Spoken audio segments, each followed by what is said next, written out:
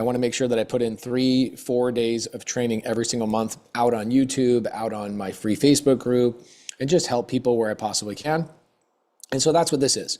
Now, you're also going to get a bunch of people in here that are already in my community doing big deals that just love to come in and maybe collaborate with me, watch what I do, see if there's anything new that they missed.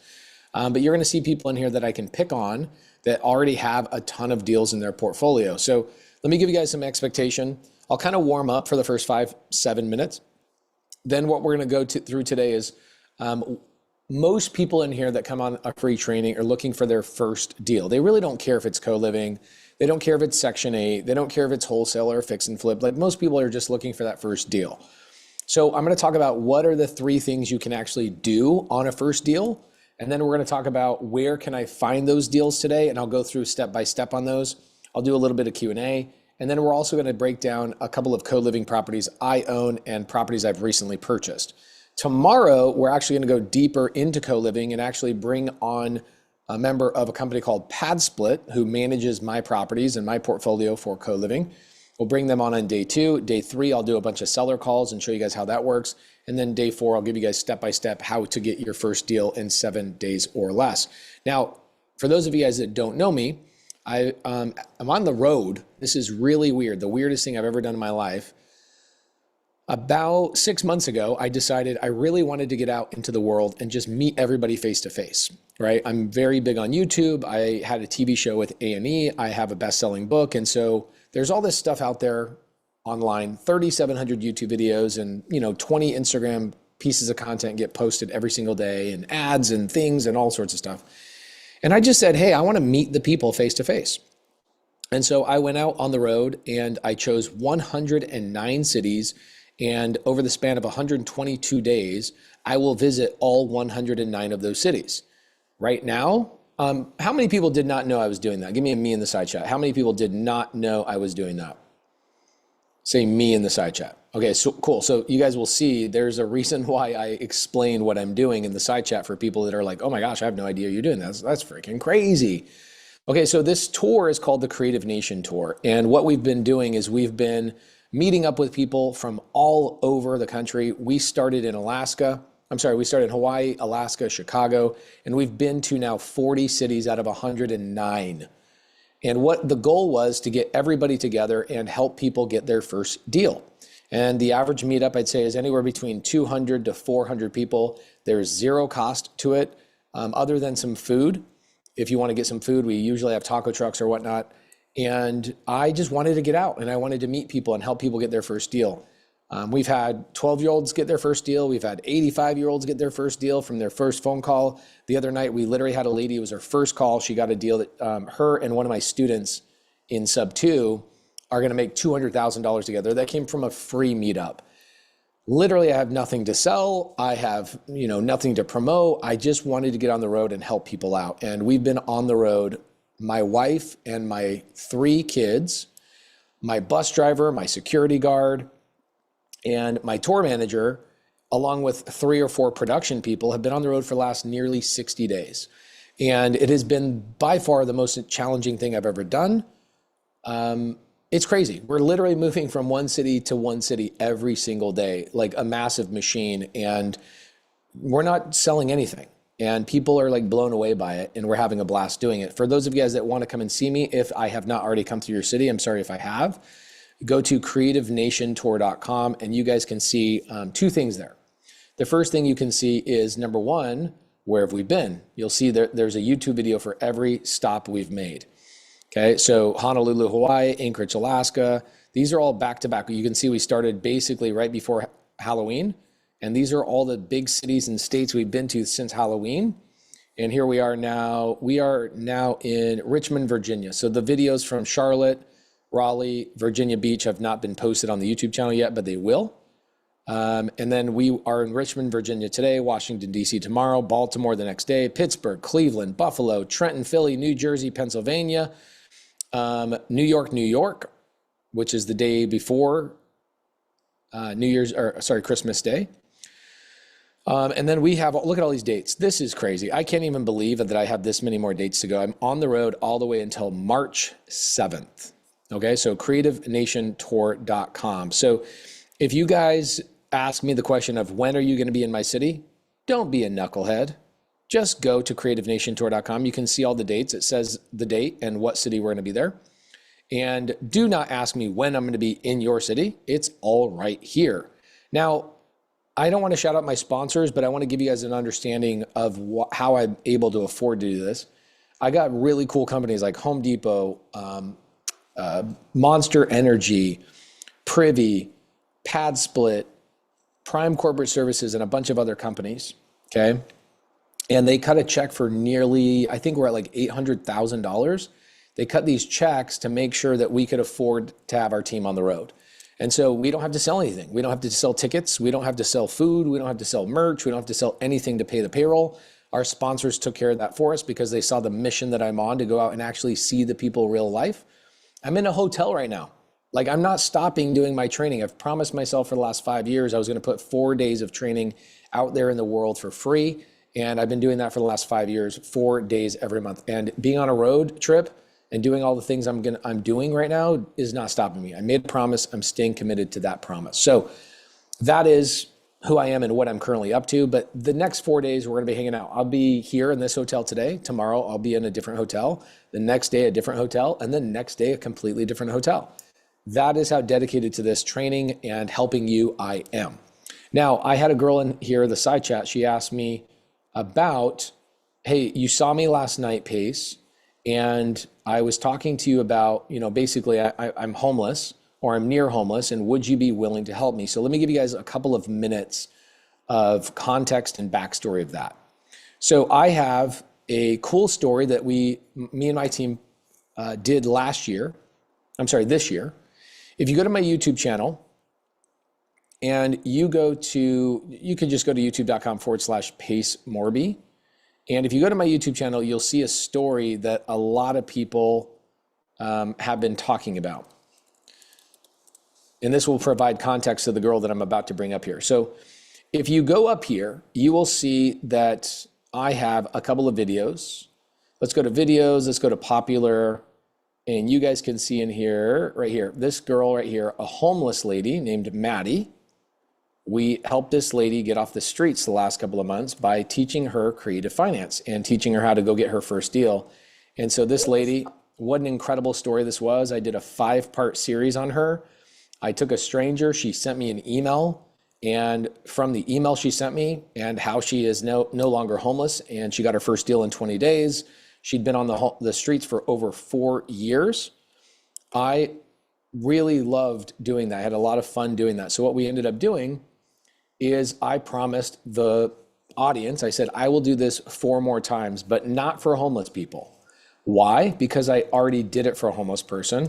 And the reason why I'm not going to do it for another homeless person is because the reason I ended up doing this with Maddie is because I told Maddie, hey, Maddie, I will help you, gladly help you, as long as you let me record everything that we do together so I can just share it with the world. And Maddie accepted. She said yes. Let me pull up the email the original email she sent me back in April, okay? Maddie sends me an email. I'm going to pull it up right now for you guys to see this. And this is her email right here. On April 8th of this year, Maddie sends me an email and she says, hey, good morning, Pace, straight lace, no chase, 9/11. I need special treatment, please. And thank you kindly. I want to be the next SubTo success story. SubTo is the name of my community. I teach them creative finance and how to build wealth and financial independence through avoiding banks, credit, and credentials like getting a license and stuff like that. She said, my family and CBI said it won't happen, but if you, with the help of the good Lord, take me by the hand and walk me through step by step, start to finish, I can make it happen. I have faith in God and you, Pace. Your guaranteed foolproof system, SubTo, can take me from 0 to hero. I'm ready to put in the work and win. Remember, no one left behind.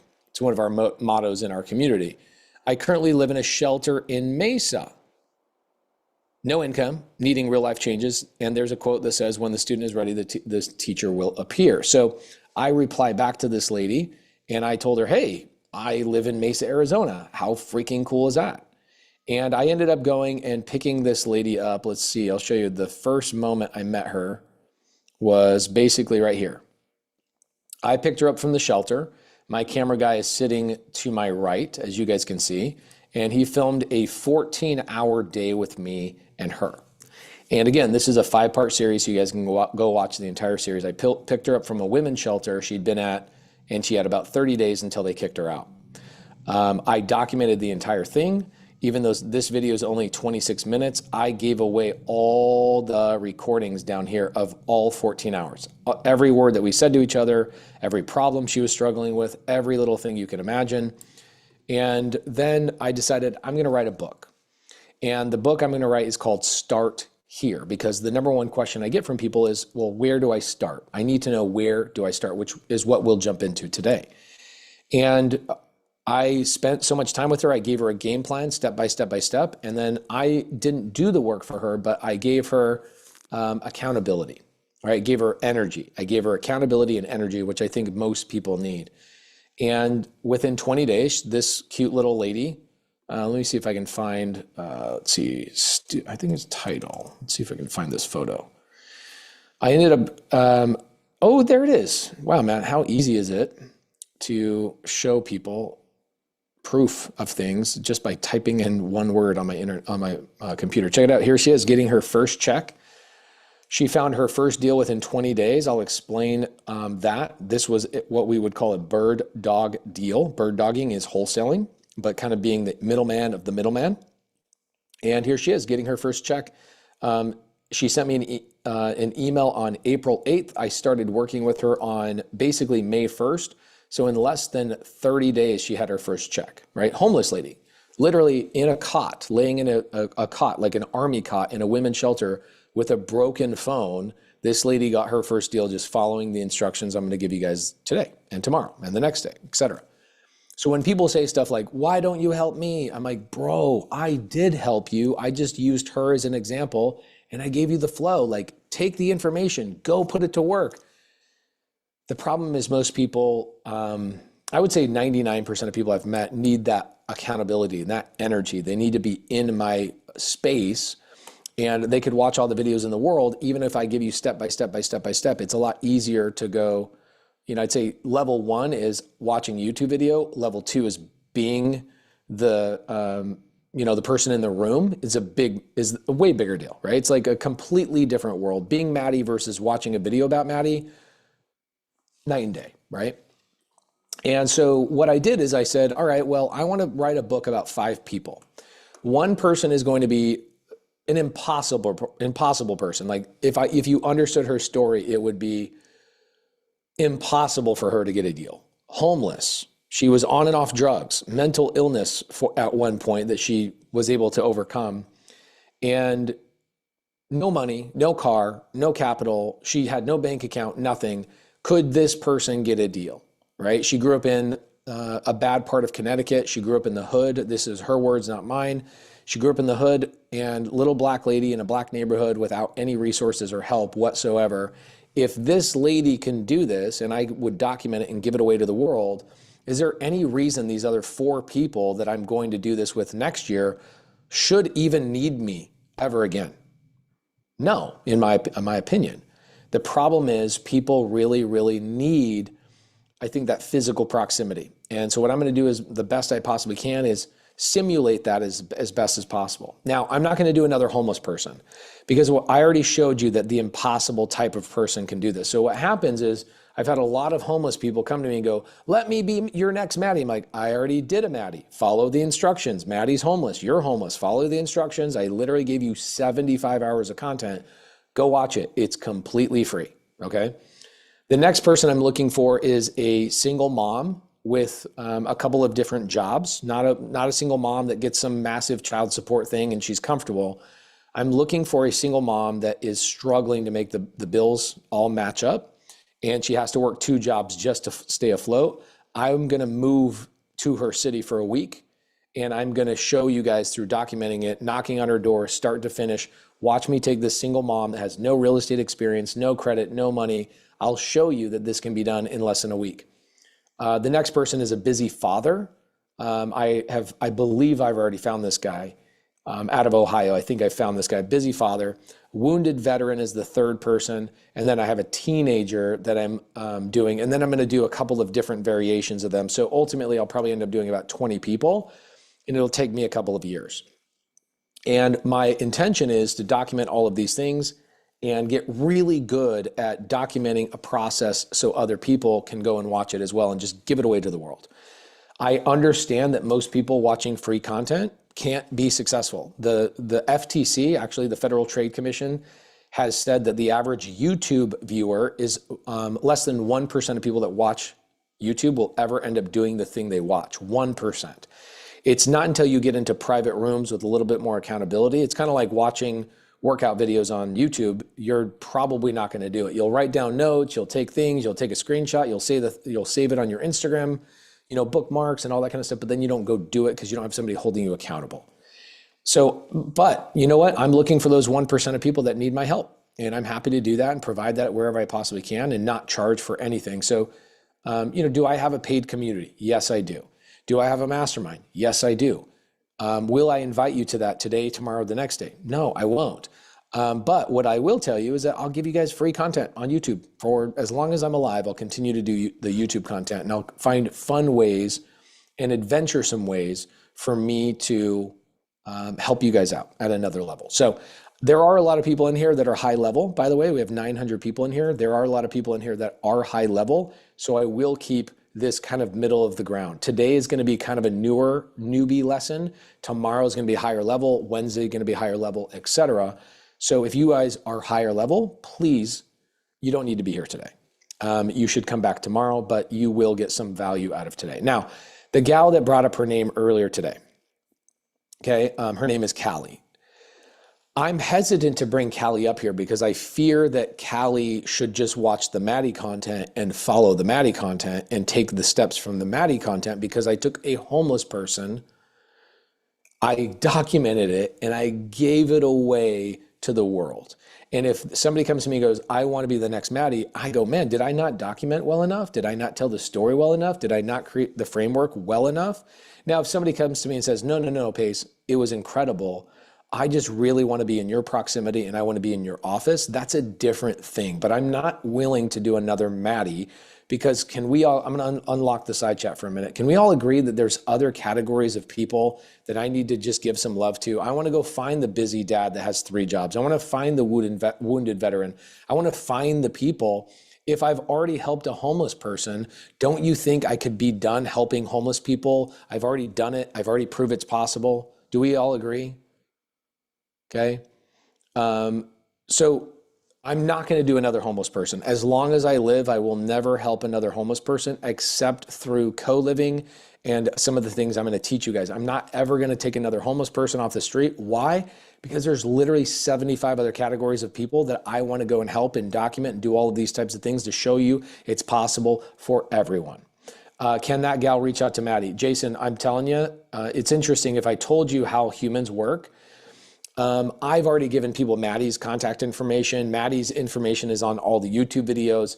Maddie's available to be reached out to. Maddie's done something like 10 plus deals since I've stopped working with her about 60 days ago. She's cranking and she's doing deals, and people are available to reach out to her, and people just won't. It's interesting, unless people are held accountable, which I'm incredible at, people just won't do it. And so I can't make today's training all about that. I just want to let you know that when you will see in the side chat, people will ask, can I be the next Maddie? Will you help me? If you're homeless, go watch the Maddie content. I already helped you. I took 4 months of my life and about $80,000 in production costs, and I spent the whole hot heat of the summer to give to Maddie to make sure you had framework and training, and it's all free on my YouTube channel, okay? So now I get that, again, the FTC says 99% of people need to be in a physical room. They need to have accountability, right? The FTC is trying to hold people accountable that are like educators and saying people that are doing in-person experiences, their success rate goes massively up. Where are my people that are like, I need to learn in person, right? Like this week is going to be a really good jump start for you, but like, I need to learn in person. Pace, will you, heck, maybe, you know what maybe I should do? You know those 4 people that I have to pick for my book? Maybe I pick somebody on Thursday, the end of Thursday. If somebody sticks around all 4 days, maybe what I'll do is I'll have Saravi she'll like take the Zoom registrants and find somebody, like everybody that's showed up all 4 days, I'll pull their name out of a bucket. Saravi says, so cool. Okay. Awesome. Okay, cool. Maybe we'll do that on Thursday. Okay. So Thursday will be our last day, but I'd love to get started. Yes, although I took everything you shared from the Bird Dog Challenge and started calling from your buyers list Monday, no connection made with a buyer until Wednesday.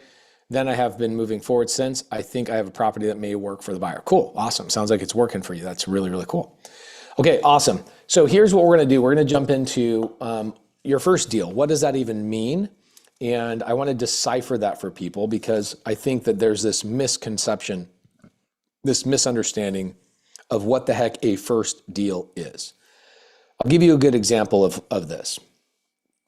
I have a student of mine, her name is Yara, and Yara is one of my private money lenders. She lends millions of dollars to me. And I heard her one day saying something to somebody saying, oh man, I just haven't gotten my first deal yet. And Yara, I turned to Yara and I go, what do you mean you haven't done your first deal yet? I send you a check every month for like $30,000. What are you talking about? You have not got your first deal yet. She's like, yeah, but like, I wasn't the one that called the seller and I wasn't the one that negotiated and I wasn't the one that like knocked the door and did the paperwork. And I'm like, so you're telling me you did it the smart way and you're still complaining and acting like you haven't done a deal? Like, what are you talking about? How have you not done it? You and I have personally done like 40 deals together. She's like, well, when you put it that way, I'm like, what other way is there to put it besides that you've done 40 deals with me? So this is a common thing that happens with people. They'll say, I have still not done a deal. Meanwhile, they've bought 10 deals from other people, from wholesalers. And I'm like, okay, so what do you think is doing a deal? Let's talk about what doing a deal means, okay? So there are 5 ways to get involved in a deal, okay? The first way is you can just invest in somebody else's deal. Done. Right? They did the cold calling, they did the texting, they did the negotiating, they found the deal, they got the paperwork done, they verified the deal was done. You just put money into a deal with them, okay? You did your first deal. Stop with this craziness of like, I've never done a first deal if you can just put 5 grand or 10 grand or 20 grand in somebody else's deal, okay? I'll give you a good example. If I'm buying an RV park right now, which I am, I have about 6 RV parks under contract right now. And I go out to my world, my audience, and I say, hey, who wants to throw 10 grand in here and get some interest on this RV park? How fast could you get into your first deal? Very, very quickly, right? How many people is that a good fit for? Give me a yes in the side chat. You're going to differentiate, and this is why this is important. This training is important. How many people are like, yes, that's something that I would do? Cool. Well, there you go. You could throw in 10 grand, 20 grand, 100 grand, $300,000, all of that stuff. Super easy. Be done with this whole thought process of I've never done a deal above, or do we all agree that's also doing a deal if you put money into somebody else's transaction and you get a monthly check every single month, mailbox money. We all agree, right? Spencer says, is that possible? Yes, it's always possible. If you guys want to jump into a deal with me, here, this is easy. Jade is the girl that handles all my investment stuff. Email jade@pacemorby.com and she'll email you like all 10 opportunities right now, jade@pacemorby.com, boom. So there's the first way you can get involved in a deal. I have a Tennessee RV park. I have 3 Montana RV parks. I have a Texas RV park. I'm actually closing that one today, so it's already too late for you guys to jump into that one. So besides that one, I have another Texas RV park that I'm looking at. And then I have 454 mobile home pads that I'm buying with one of my students, Heather, and a handful of other really cool deals that I'm buying right now. I'm also buying a construction company on Creative Finance. I'm doing all sorts of stuff. And so there's always a way that you can get involved in somebody else's deal. Now, not everybody has 10 grand or 20 grand or $100,000 to jump into somebody else's deal. And so that's probably why we showed up for this training for the next 4 days, is for you to go, okay, well, I get it. Like I could jump into somebody else's deal right now and I could get involved in a deal right now, but that's not me, okay? So Category number one, throw your money into somebody else's deal, invest with them, invest with somebody like me, get involved in getting some cash flow every single month and check the box, right? For people that are W-2 employees that are busy with their W-2, that might be the best route for you. Okay, second way that we can get a deal is we can just buy a deal from a wholesaler. Okay, I can be a buyer. Okay, that's me buying and holding the deal in my portfolio. Cool, that's the second way. The third way is I can get a referral, right? Like a real estate agent, a probate attorney, a tax accountant, somebody can refer a deal to me. The fourth way is I can go online and I can actually go to websites like creativelisting.com, which we'll cover in depth today, creativelisting.com and a handful of other places that deals are sitting there right now, already locked up, ready for you to buy. And the fifth way to do it is to do outreach. Outreach, which I believe most people in here want to do, okay? Outreach means I'm gonna go find the deal, I'm gonna learn how to communicate with the seller or the real estate agent, and I'm gonna learn how to lock up that contract so I can either buy that deal or get paid a fee for somebody else, okay? So those are the 5 ways to get into a deal, generally speaking, right? Invest in somebody else's deal is number 1, all the way down to number 5, which I believe most people in here are like, I want to control my ability to find a deal. I want to be the person that talks to the seller, gets the contract, right? I want to actually hold the contract and decide what I'm going to do with that. I want to be the person in charge. If that is you, can I get a number 5 in the side chat? Give me a number 5 if that is you. Okay. And if anybody else is a number 1, say number 1 and then leave. Because you don't need, if you're just going to invest in deals with me, what do you need to be here for, right? You don't need to learn number 5, okay? Now, who in here feels like you're number 1 and 5? Maybe you want to invest in somebody else's deal and you also want to, there you go, cool. I'm open to 1 through 5, I love that. So it's like, I'm all over the place.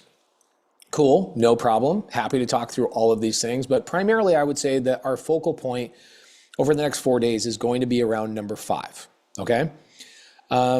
Love that. Chuck says, I'd love to invest with you. Okay, for anybody that wants to be a number 1, email jade@pacemorby.com. I will not bring that up again. Just want to make sure you guys have that, pacemorby.com. Jade@pacemorby.com. Cool. Now, let's say I'm going to do outreach. Okay, so let's go to number 5. Outreach means I'm going to go find and market a deal for myself. Now, what the heck is a deal?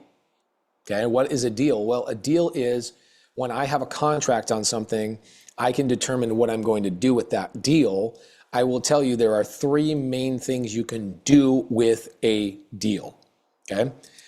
You can either A, wholesale it, meaning, oh, I got this deal, but it's not for me. Let me sell this paper, let me sell this opportunity to somebody else for $10,000, $15,000, or $20,000. I have a student, Adam Curry and D.W. Chalmers the other day literally split $660,000 assignment fee. No, I'm sorry, $356 each. $356 each. $356,000 each. It was a 40-unit multifamily deal. They learned how to do outreach from me. They got a contract on a 40-unit multifamily and they decided, we're going to just sell the contract to somebody else, and that somebody else bought it from them $750-something thousand more than what they got it under contract for. So that's option number 1. I can find deals and then I can sell the paper or sell the contract. That's called wholesaling. That would be the first thing I could do when I get a deal. The second thing I can do when I get a deal is I can go, wow, I bought this really well, meaning I paid a really low price for this, which is very common right now because the economy is soft, houses are not moving very quickly, which I'll show you guys today. I can get this house under contract and buy it and then renovate it and flip it. So that's number 2. I can flip the property, right? I can actually do the renovation and fix and flip. So 1 is wholesale, 2 is flip. Number 3, we're going to spend a considerable amount of time on this. Number 3 is keeping or buying and holding and building wealth. And so the way I determine these 3, so wholesale is number 1, flipping number 2. Now flipping also involves developing new properties because you're still flipping, right? You develop and you sell it. So number 1 is you sell the paper. Number 2, you sell the house once it's renovated or sell the property once it's renovated. And then number 3, you keep the property. So 1 is today money. Okay. Number one is today money. I need today money. The average today money check is $15,000. So I find a deal. I'll show you guys how to do that. I then find the buyer and I sell the paper, and that paper makes me $15,000. I'll explain it and draw it out for the people that need me to explain that out later. So that's number one. I could sell the opportunity and get paid 15 grand. Cool. So the way I explain that to people that are brand new to wholesaling is, let's say that my best friend collects Michael Jordan sneakers. And I actually really like Kobe Bryant sneakers. I'm not really a Michael Jordan fan, which I am. But this is just a good example. I go to a sneaker convention and I'm looking for my Kobe's, right? I'm looking for my Kobe's, but I chance upon a really great Michael Jordan opportunity for $300 that I know my friend would pay $450 for. Couldn't I just buy that $300 set of Jordans and resell it to my buddy at $450 and make that spread of $150? This happens all the time. It happens all the time. This is real estate. This is businesses. This is lending.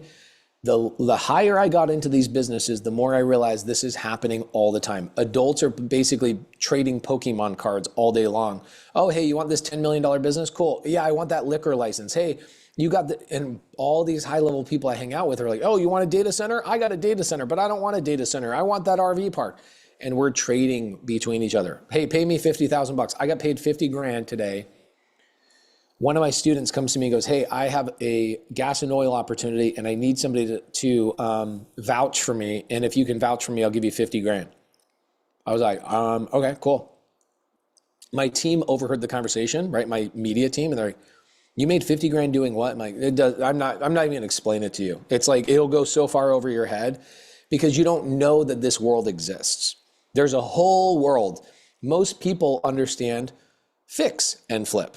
TV show, fix and flip, HGTV, fix and flip. What you're missing is that that's not even 1% of what's actually going on in the real estate world. And over the next 4 days, our primary focal point will be co-living, right? Buying a single family house, filling it up with multiple tenants, renting out by the room. That is what co-living is. We will focus on that.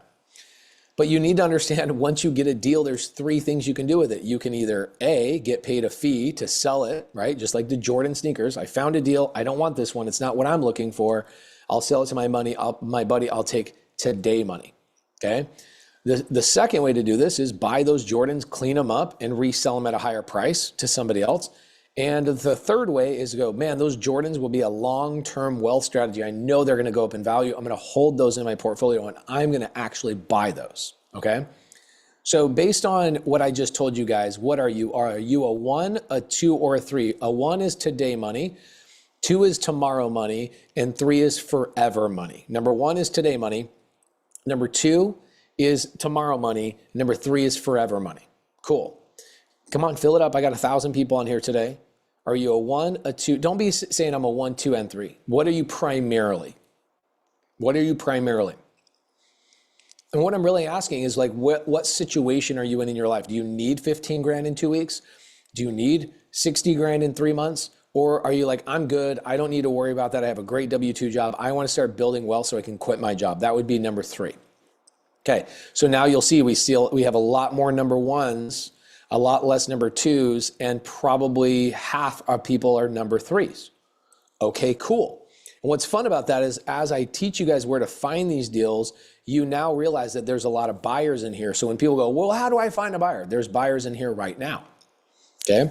There's buyers in here right now. Sorry guys, my throat hurts from talking literally 10 hours a day.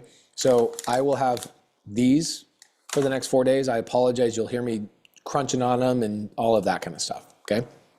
Cool. Awesome. So you guys are 1s and 3s primarily. We have very few number 2s, and that's helpful for me so I can kind of change the way we train. And this is why doing lives are the best way to do it. Here we are, December 15th, 2:37 p.m. This is East Coast time. So if you guys are on the West Coast, like California, it's 11:30 or 11:37, okay? I prefer to do lives, and the reason why I prefer to do lives is because I can actually have a real conversation with you and navigate where we're going to go based on who is in the audience, okay? All right. So I already gave you the 5 ways to get into a deal. I gave you the 3 things to do from a deal. We've kind of taken a poll of who is what, a lot of 1s, a lot of 3s. Awesome. Now let's talk about where I can find deals. I'm going to go through free things first, and then I'm going to go through some ways that will cost you a little bit of money. Okay. So where can I find deals? Guys, you can find deals on free websites all over. Okay. The first free website I'm going to promote, I actually am a part owner of this. So this is kind of like self-promoting, but it doesn't cost any money. Okay. Let's go to creativelisting.com. And everybody in here should do this today. Creative Listing is basically all my students are waiting for you to come down here and go, I want to buy something. And you come in here and you say, this is what I'm looking for. I want to buy an investment property, or I want to buy a house for my family. What you guys will learn from me is I don't teach people to go through banks. I hate banks. I use something called creative finance. I am known as the creative finance king. Some people would call me that. I'm the #1 creative finance educator and have been for the last 15 years. So I help people avoid banks. I help people avoid money, credit checks. I don't even know what my credit is. I literally do not know. The stories I will explain to you guys and the houses that we buy, I will explain why that's possible and help you guys understand all of those things. The first thing I would do is everybody in here needs to go to creativelisting.com. It's free. There's not even a way for them to make money. There's creativelisting.com. And what you're going to do on Creative Listing is you are going to tell my students. I have about 24,000 students all over the globe. Okay. Obviously all 50 states in the United States, but we also have students in 29 countries. What you're going to do is you're going to tell my students what you want. Okay. As you can see, you come in here and it's going to put you on a map. You're going to say, well, I'm looking for my primary investment. I'm looking for my primary home. And your name's going to be on there. This person's going to say, oh, well, I didn't want to give you my name. Okay. Well, there we go. Primary home, Larry F. I want a 1-bed, 1-bath house. Of course, people in LA are okay with that. So Creative Listing, you want to go in here and tell us what you're looking for. I'm here to buy. Can you buy an investment property here? Yes. Can you buy a home for you and your family to live in? Can you buy a Section 8 property in here? Can you buy an Airbnb property? Can you buy an RV park, a mobile home park? Yes, yes, yes, yes, yes, yes, yes, yes, yes. Go to Creative Listing. It's a free profile. Go in there and tell my students what you are looking for. That is a great place to get deals. Okay. Now, what I did here for Creative Listing is I did something very different.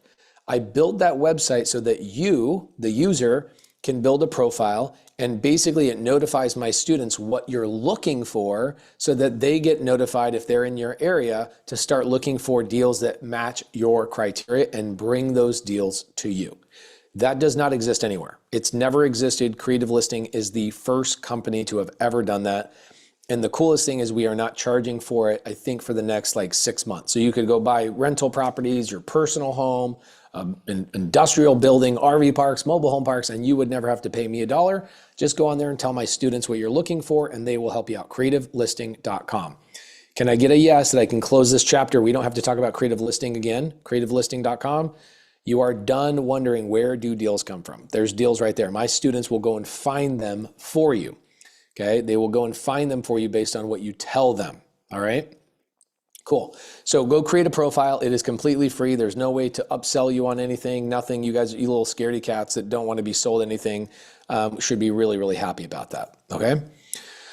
All right, so let's go to another one that I really like. This is a website I love, and you should love it too. For the people that are wanting more single family, another website is Keyglee.com. Okay, Keyglee.com. I put in the side chat, KEYGLEE.com. Keyglee.com. Another website that I like is investorlift.com. Okay, investorlift.com. These are websites where my students and people that are learning from me are putting houses that they basically, I'm buying Kobe shoes. I find a Jordan pair of shoes that I don't want to buy, but I know my best friend would be. I basically would put these shoes on these websites saying, would you like these deals? Would you like these houses? Okay. So those are three really great websites. Another great website for you to go to, this is a free website as well. I know how people love free. These are all free. Here is another one, Creative Finance with Pace Morby Facebook group. Surprisingly, there's probably 300 people in this training today that are not in this Facebook group. So go and join this Facebook group. My students will post. This is not a private Facebook group. This is a public Facebook group. You do have to give your email and whatever else, but you've already given me your email. You know I'm not trying to sell you anything. And you can go in here and collaborate with my students and buy deals from them. Okay? Creative Finance with Pace Morby. And there is the link in the side chat. Now, in this Facebook group, this is going to be challenging because you don't know if these are actually these people's deals, right? They could be wholesaling a wholesale. It's like a daisy chain. You don't know if they actually control the contract or not. And so free Facebook groups can become somewhat challenging, okay?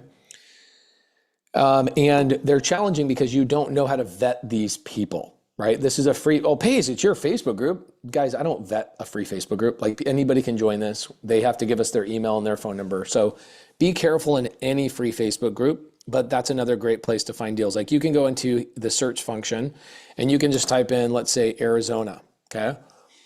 And if I just go into Arizona,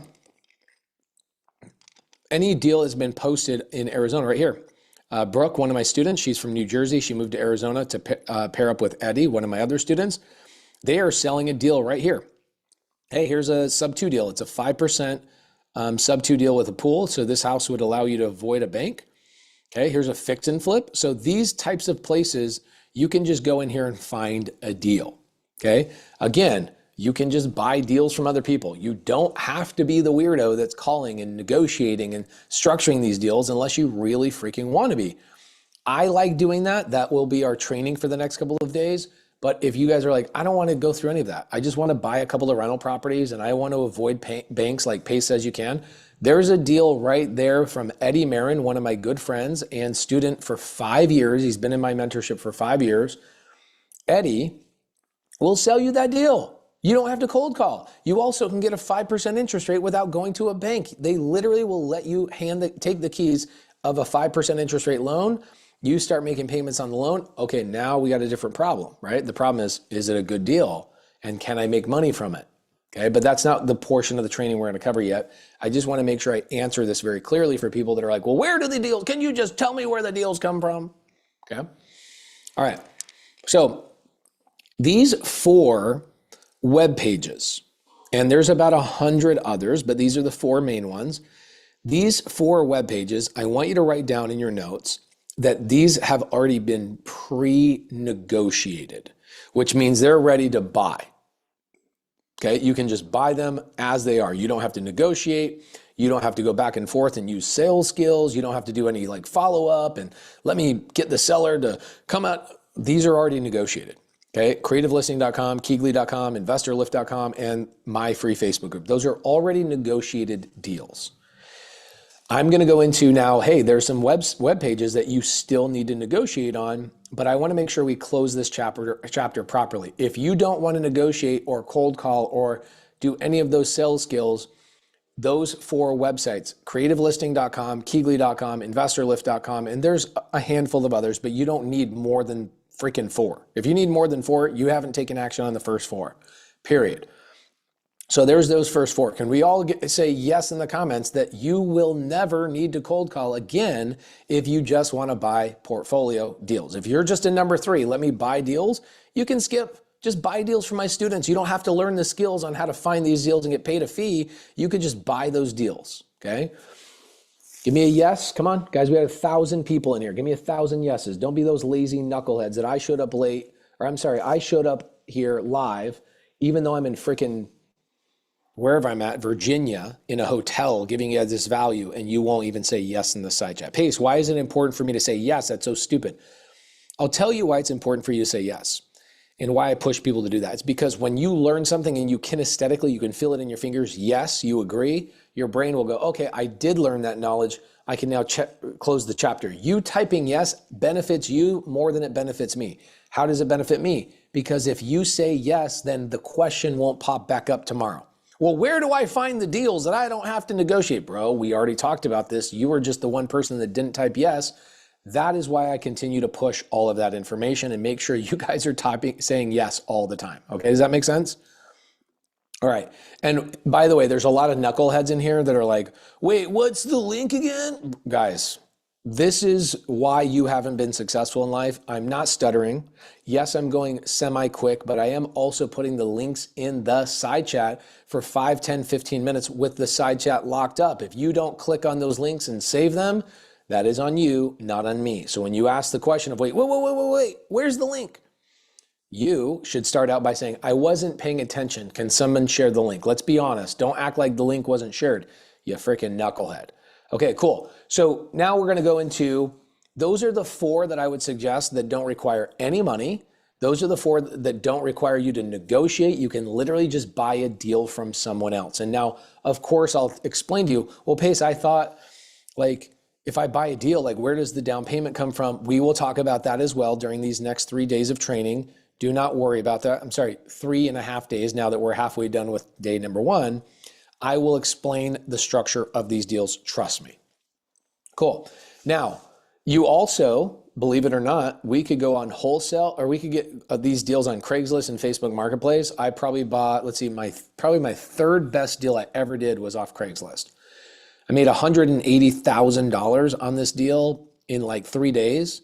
It was a 16-plex that I just took the 16-plex paperwork and I passed it to somebody else, and I got paid 180 grand more than what I paid off Craigslist. Now, Pace, show us on Craigslist how to determine. We're not there yet. This is the kind of stuff I do for people in person, where we sit down, we have a whiteboard. I don't have that today, so I'm going to go through and give you skeleton framework. And for any of my students that are in SubTo, please understand that in hold on, Sarabi, will you give me the dates? Will you give me the dates for the next in-person event for co-living in the side chat, please, if you're paying attention? If you are in SubTo, come in person to my office. I would love to have you in person in the office for the whole week, and we'll do these deals together live. I can hold you accountable. I'll make the calls for you. I'll do the things with you, but this training for the next 4 days is for everybody. Okay, if there are SubTo members in here, then come into my office. Okay, I don't know the dates. I think it's January 28th. Hold on, let me pull it up. Before I move on, let me just double check for the SubTo members that are already in my community. Let me just tell you the dates so you guys can come into my office in person. We're going to spend a whole week together. Okay, January 26th, 27th, 28th, 29th, and 30th. Okay, all of those 5 days. January 26th, 27th, 28th, 29th, and 30th. Those 5 days, if you are in SubTo, please reach out to the team and get in the office. I'd love to do these co-living deals with you in person. If you're like, I'm the person that needs to learn in person, which I am, that's who I am. This training is just basic, fun training, giving you good framework. But in a month and a half, I'm inviting you guys to my office for a week for free. If you're in SubTo, it costs you nothing. Just come to the office, spend a week with me. We'll be doing deals with each other live. How many people in SubTo want to do that? Give me a me. Okay, book it. Get with the team. Okay, make sure you guys get with the team. I'd love to see you guys in person. We'll do deals. I've never not been able to do live deals, especially during a week. We usually get 50, 60 deals done, especially with like co-living. Okay, thank you. So email the team. Everybody that's in SubTo already, come in person. All right. Now, let's go to the ones that cost a little bit of money. Okay. My number 1 favorite website for finding deals is, scratch this. It can cost money, but to start with, it is actually free. Okay. My favorite website, top 5 favorite websites of all time, is Crexy.com. I'll give you guys the link in the side chat. There it is right now, Crexy.com. I like Crexy for a couple of reasons. I am a part owner of Crexy, very, very, very small owner. But I like Crexy because I sat down with them a couple of years ago and I taught them how to create owner finance filters on their site. So if you guys go to owner finance, which we'll explain owner finance a little bit later, you can go on their website and find people that are ready to negotiate, okay? Ready to negotiate, okay? So there are 3 categories when you're finding deals, 3 categories. You're gonna find people that have already structured the deal. They've already negotiated with the seller. Those deal finders are looking for you to pay them for their fee because they found the deal for you. That was the first 5 websites I gave you. Crexy is now a new category. These properties are not under contract. They're being marketed from a real estate agent. They are online and saying, we are open to negotiating. Okay, so the first category are already done and negotiated. So that's my first couple of websites were Investor Lift, done and negotiated. Creativelisting.com, done and negotiated. Okay. You have my free Facebook group, done and negotiated. Those are already done and negotiated. They're done. Seller's been called. Agents been communicated with. Cold calls have been done. Follow-ups have been done. Paperwork has been done. And they are saying, buy this opportunity from me. The next category are real estate agents saying, we are open for you to do the negotiations with us. And so in this situation, this is when you are looking to be the outreach. You are doing the outreach and you call the broker, you call the agent, you call the seller directly. That's when you break into outreach. So my favorite outreach website for people that are trying to get into bigger assets is Crexy.com. I love how easy it is. I've bought dozens of deals off of this website. It is free. Okay, I know Annette Scott really well, really sharp real estate broker, really, really cool person. Reduced owner finance, new park, insane new price. Well, the problem, it's in a flood zone, just FYI. That's why I know it's not a good deal. It's in a flood zone. You can see the ocean, and it's right here in Corpus Christi, basically. And it floods all the time, and your insurance will outpace any profits you ever make. And so that's why that deal is still sitting there, and why you can see that this property has been sitting on the market for 441 days, okay? So this property originally started at $2 million. Look at it now at 1.29. It is still not a deal. Even if I was $0 out of pocket and I was doing owner finance, it's still not a deal because the flood insurance is too significant to buy this deal. All right. But I like Crexy because I can see what is available. I can see what people are marketing. I can build relationships with brokers, and I can get started on a business right away. Within 15 minutes, I can have 3 new connections. I can have people that I'm talking to, chatting with, etc. Now, if you're brand new, you're going to sit here and go, but what do I say?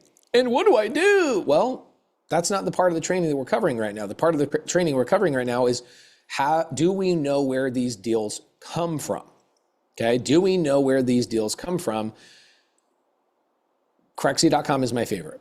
Okay, now there's another website I really, really like, and I'm going to go through a handful of them, but we're going to go fast, and then so I can get into some deeper training. Okay.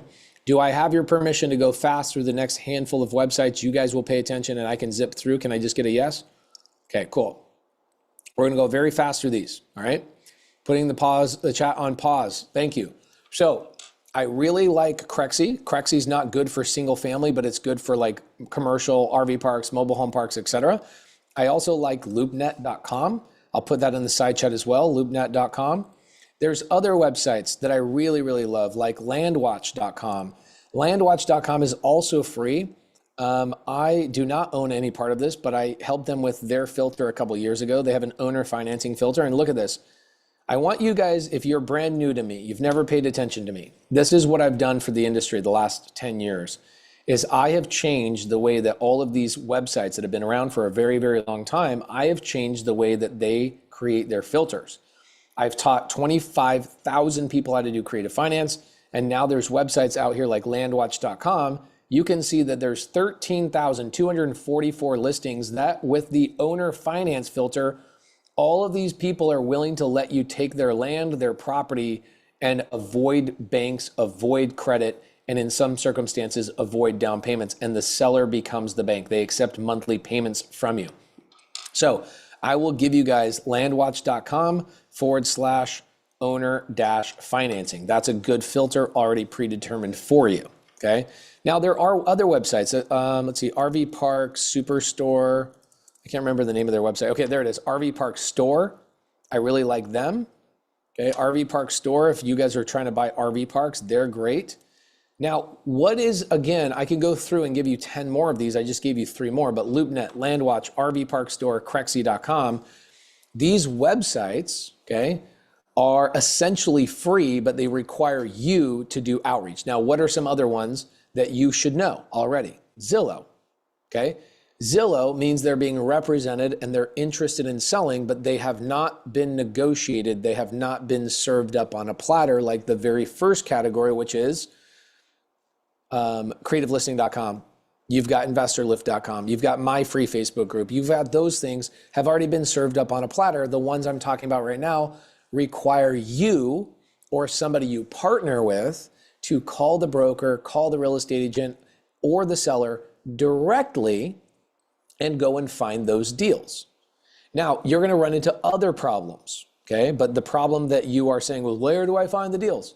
We've already had this conversation, right? You guys could also go to Zillow and type in some of the filters I'm gonna go through today, and you can find these deals, okay? And these websites cost you no money until you want like a higher advanced mode, which is very, very rarely used. Like Crexy.com, I paid the $2,500 a year subscription, and I stopped paying for it because I never used all the gadgets and the gizmos that they gave me. So the free website of Crexy is actually better for me than the paid version, okay? So I wanna get another yes of this chapter before I move on to the next chapter. If I'm looking for a deal that I can either wholesale, I can fix and flip, or I can hold in my portfolio, there are 3 categories. The 3 categories are the predetermined. They're already under contract. Somebody's already done all the work for me. Okay, the deal finder already did the work for me. I can go to them. I gave you those ones. That's creativelisting.com. That's investorlift.com, Keegly.com, my free Facebook group. All of those things are already contracted. Then you've got the next category, which is, dang, now you need to have some skills. You need to have a little bit of credibility. You need to know what you're talking about, and you need to know how to determine if it's a deal or not. Again, not this part of the training. We will get there. Those are Crexy.com, LoopNet.com, RVParkStore.com, Zillow.com, and Landwatch.com/owner-financing.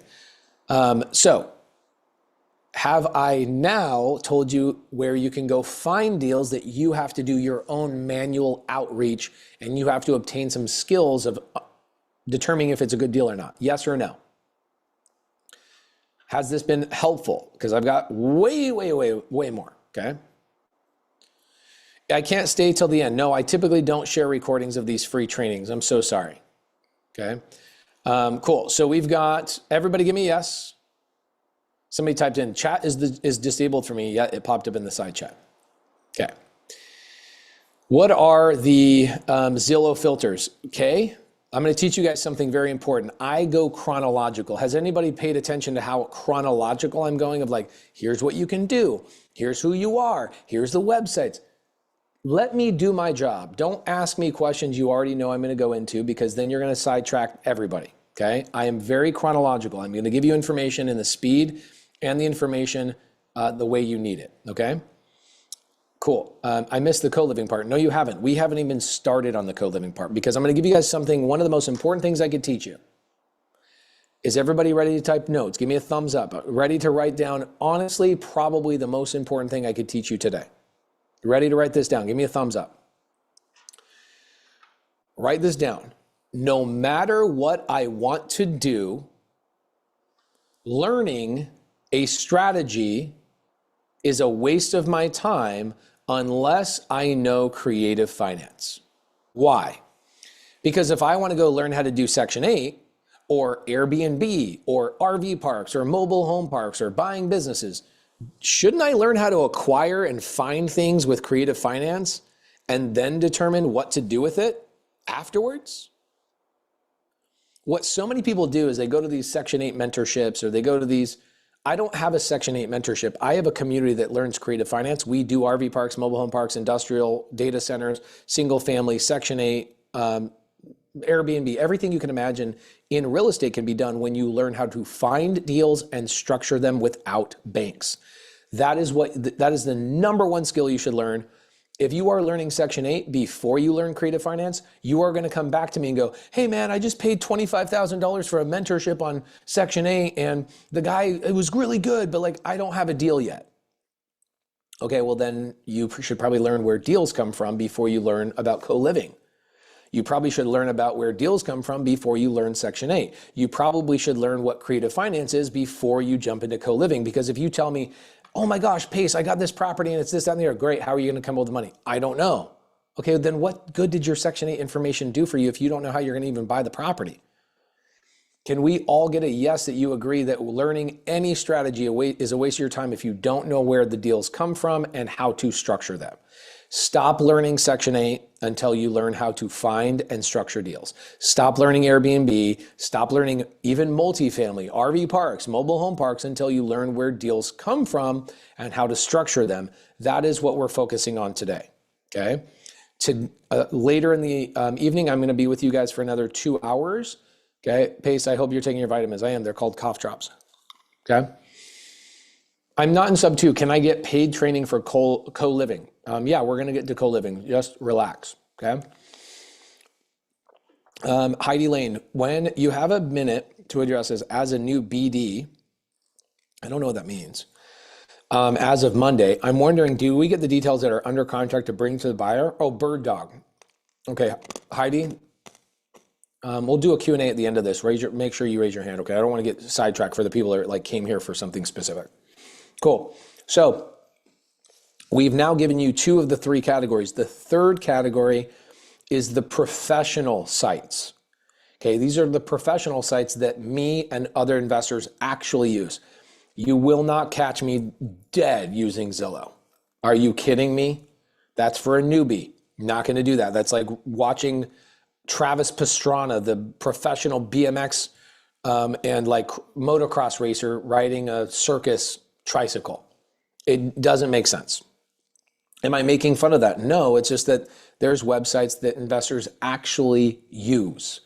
They spend money on these websites, and I want to explain these websites to you so you know they exist, not telling you to use one or the other. Okay. The number one website that I like using is a website called dealsauce.io. Okay. Dealsauce.io is the number one website that everybody's using. I think just in the last like 90 days, they have 5,000 new users. So it's growing massively. Another website that a lot of people use is PropStream. Okay. PropStream is kind of slowing down on their popularity as DealSauce is taking that popularity. But DealSauce is $97 a month. PropStream is $97 a month. It's just that DealSauce does a lot more stuff. Like you can find private money lenders on DealSauce. You can find commercial properties on DealSauce. You can find fix and flippers and all sorts of cool categories on DealSauce that you cannot find on PropStream. PropStream is stuck in like 2015. Okay, DealSauce is now kind of the new website that everybody's using. Okay, DealSauce, PropStream. There's other ones like Batch Leads. I used to actually be one of the owners of Batch Leads, and Batch Leads is awesome. They just sold to PropStream though. Okay, batchleads.com, they sold to PropStream. PropStream is gobbling up people and trying to get their technology. So PropStream now owns Batch Leads and might as well be the same thing. Another website, okay, that we use. Now, I'm not going to use this website a lot, but I want to show you guys what DealSauce looks like. So please be patient with me. DealSauce will give you a 2-week, you can use DealSauce for 2 weeks. You can do like a 14-day free trial, okay? I think it's just go to dealsauce.io. Here, I'll copy and paste it. You'll get 14-day free trial. I'm not going to use DealSauce in this challenge because people will complain that it costs them money. And you know how that is. I want to give things for free and weed out the people that are the free people. I call them the Walmart people. The people that want everything for free. I want to hang out with the Costco people that are willing to pay the $99 yearly fee to get in, but I'll give everything away to the Walmart people just to keep them away from me. That's my filter. So dealsauce.io will give you a 14 free day trial. But when I go to DealSauce myself, this is where me and my team and most of my students are finding our deals, okay? It has great AI tools. It has all sorts of really, really cool things. So check this out. I go in here. This is how simple this is. I can go in and go, all right, residential. All right. I'm going to pull up, let's see, I like Arizona. That's where I buy all my co-living properties, which we will have the primary focal point of the training on co-living. Let's go to Phoenix, not Phoenix, I'll go Maricopa County. It's better to just type in your county, Maricopa County, and it will then tell me every potential investment opportunity in this area. It's going to be 100,000+ probably. It's going to be massive. Okay, 1,395,000. So we got to change the filters, right? I want to find people that have empty houses that they don't live there. And that's going to dwindle it down to 4. Isn't that crazy that in Phoenix, Arizona, there's 400,000 absentee owners, meaning they own the property, but they don't live there. Then you go to you could even go down to foreclosures. Now the property is, the filter's so good. And I love seeing the numbers next to the filter. So now you look at this, you go, okay, there's absentee owners, meaning that people own the property but don't live there, and they're actively in foreclosure. Ooh, 254 of them are low equity, which I will explain to you guys later today. And then I want to even get a smaller list. Active listing, which means real estate agents are actively listing a property that has no equity, is in foreclosure, and the owner doesn't even live in the house. My friends, I just gave you the most amazing cheat code on the planet. Once you understand how stupid Zillow is, that it will never give you these filters, you will stop wasting your time on Zillow going, I've been looking for deals. No, you haven't been. You've been wasting your time. Stop lying and stop telling everybody, I've been working hard on finding. No, you haven't been. You've been using Zillow and you have no idea how to filter for pain. Write this down. Massive, massive, massive lesson for you guys. We don't find deals until we find pain. And what Deal Sauce is really good at finding is the pain. It shows me what's going on. So let's go back to this filter so you guys can see this. These people are actively listing, which means they are trying to sell the property. By the way, I'll go to the results. There's only 31 of them that fit this category, which is exactly what I want. If I'm brand new, I don't want some like 5,000 list home list. I want the ones that I know I can get under contract, okay? So check this out. My filters are, they're on the market, which means an agent is who I would end up calling. They have no equity, which I'll explain in a little bit, but that means that they owe too much money on their house to sell it, okay? Foreclosure.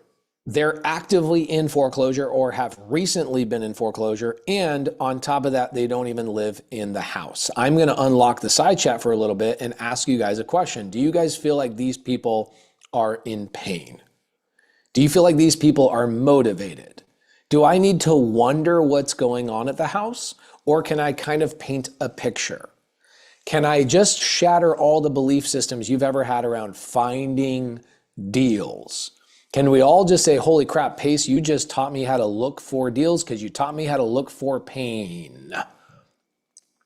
Okay, how many people just had an epiphany of like, wow, it's that easy? Give me a yes, you just had an epiphany.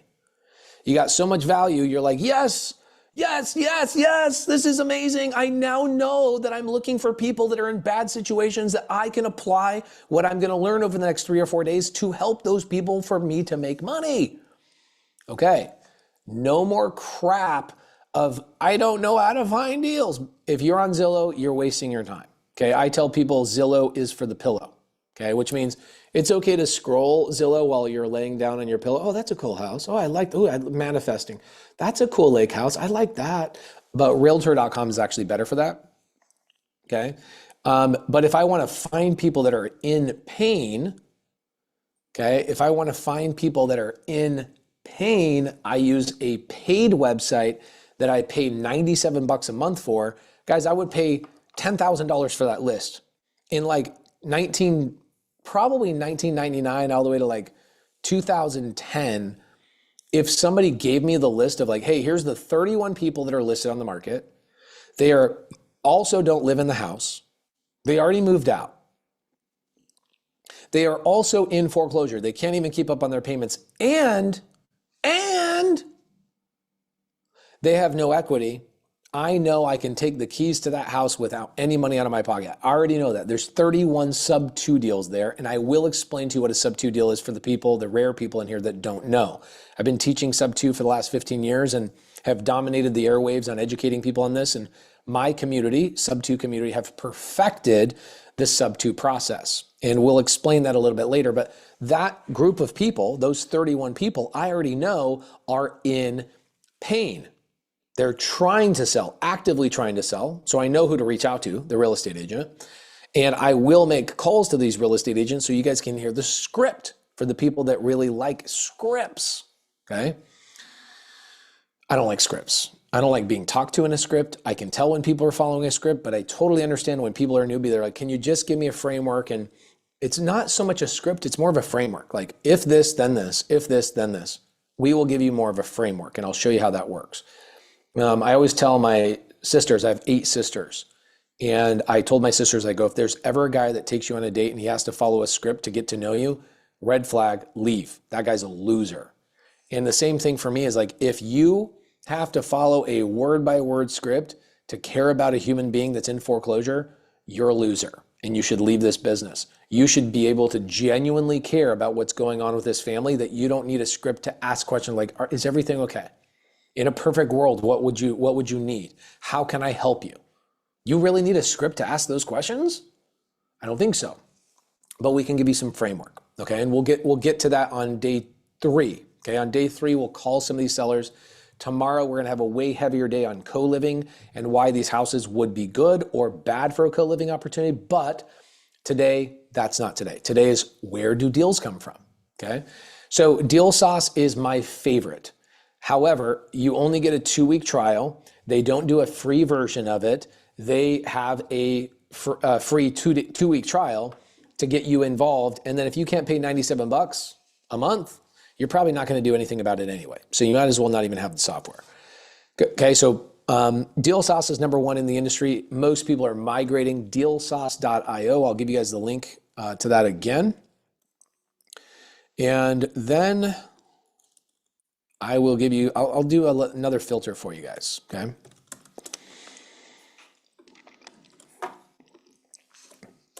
Okay, Dealsauce.io. Most people in the SubTo community are using Dealsauce.io. However, there are other websites that are actually free that you can use as well, okay? All right.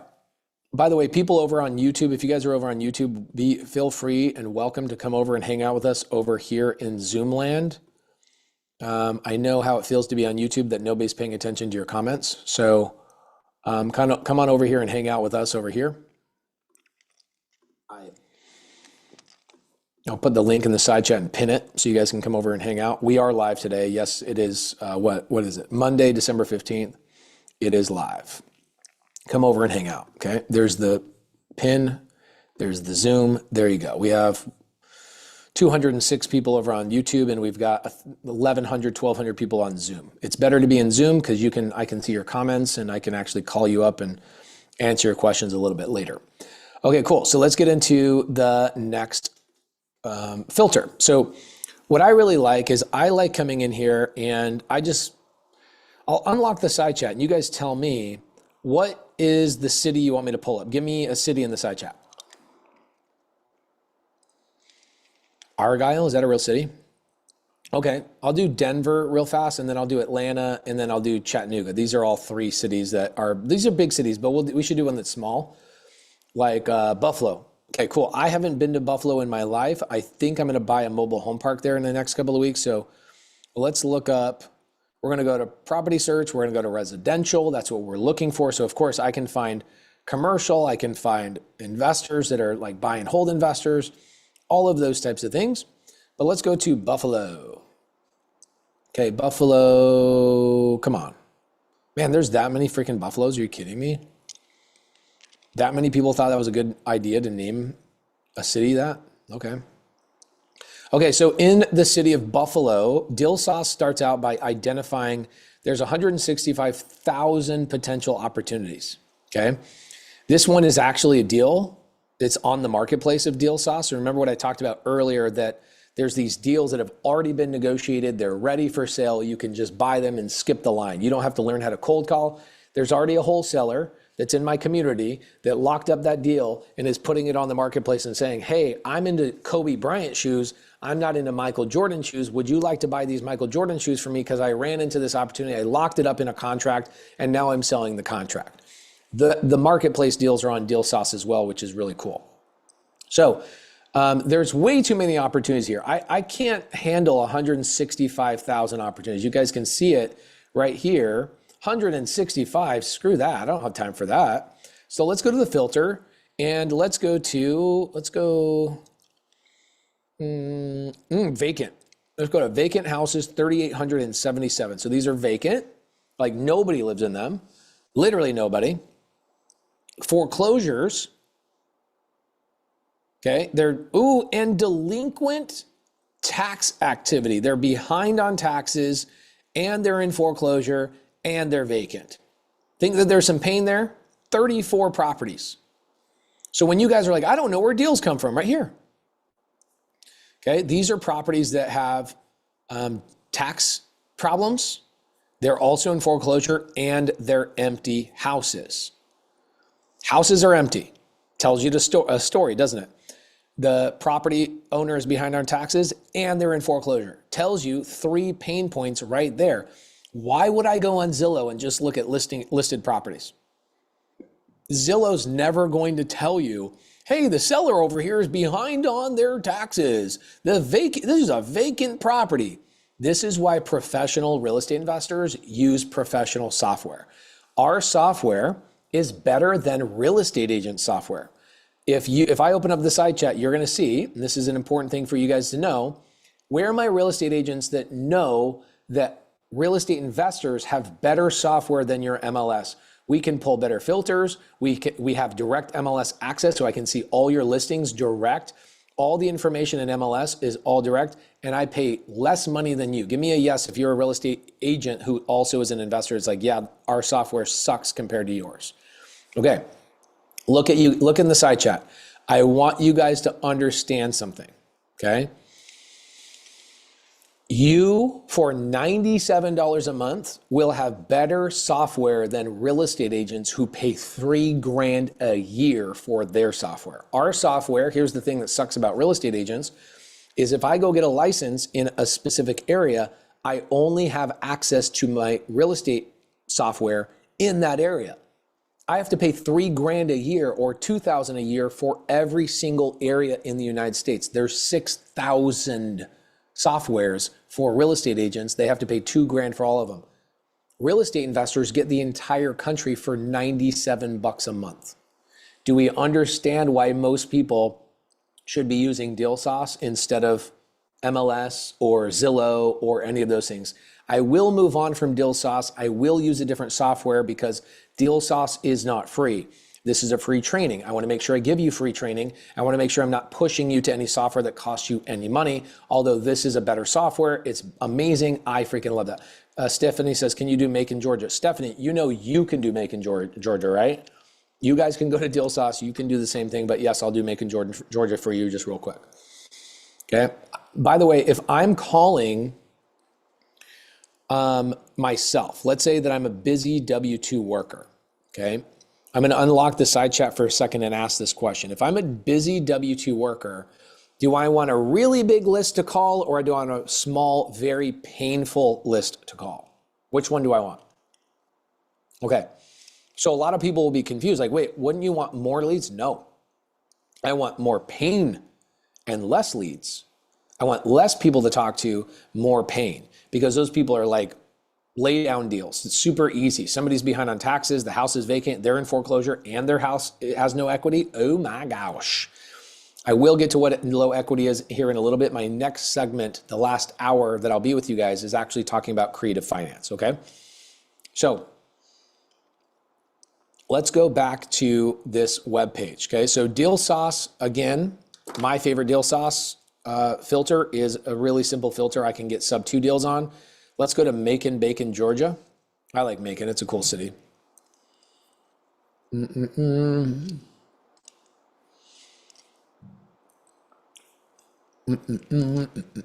All right, Macon. Oops, my bad. Pressed the wrong button. Okay, Macon, Georgia. There we are. So Macon, Georgia is going to give me a big list. Okay, it's filtering right now.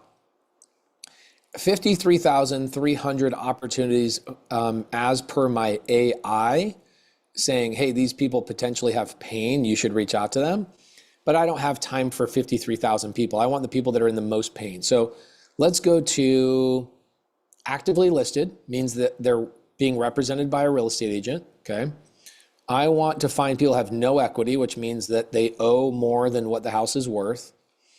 And then I want to find absentee owners. So they don't live there, they're underwater, and the house is listed with a real estate agent. 11 houses right there.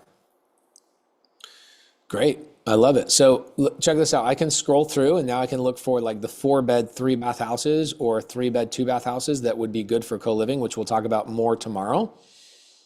If I'm doing co-living, I want to stick with around, like this would be a really good co-living property. Low equity. It's been on the market for 115 days. Okay. And it is 3-bed, it's 3-bed, 2.5 bath, 1,976 feet. This property all day long is that's a co-living property. How do I know that? It's large enough. Okay. I want to stay at 1,500 square feet or larger. I want to be at least 3 beds and I want to be at least 2 baths to start thinking if this is a co-living opportunity. Okay. They listed it for $215,000. Let's look at this property.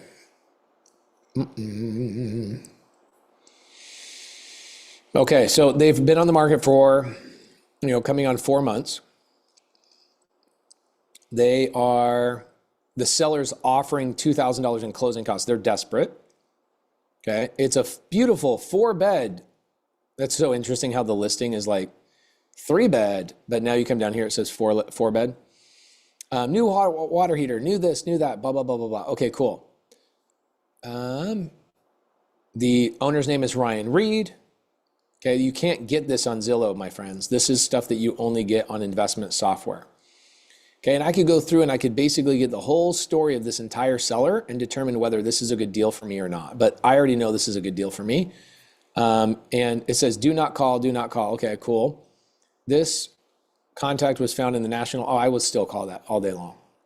I call the do not call list every single day. Okay, so there's my list in Macon, Georgia. You see how fast I can find a deal. Now, again, there's 3 categories, right? Category number 1 are deals that are already locked up by another investor. They're willing to sell the contract to you. So you're going to buy it and pay them a fee.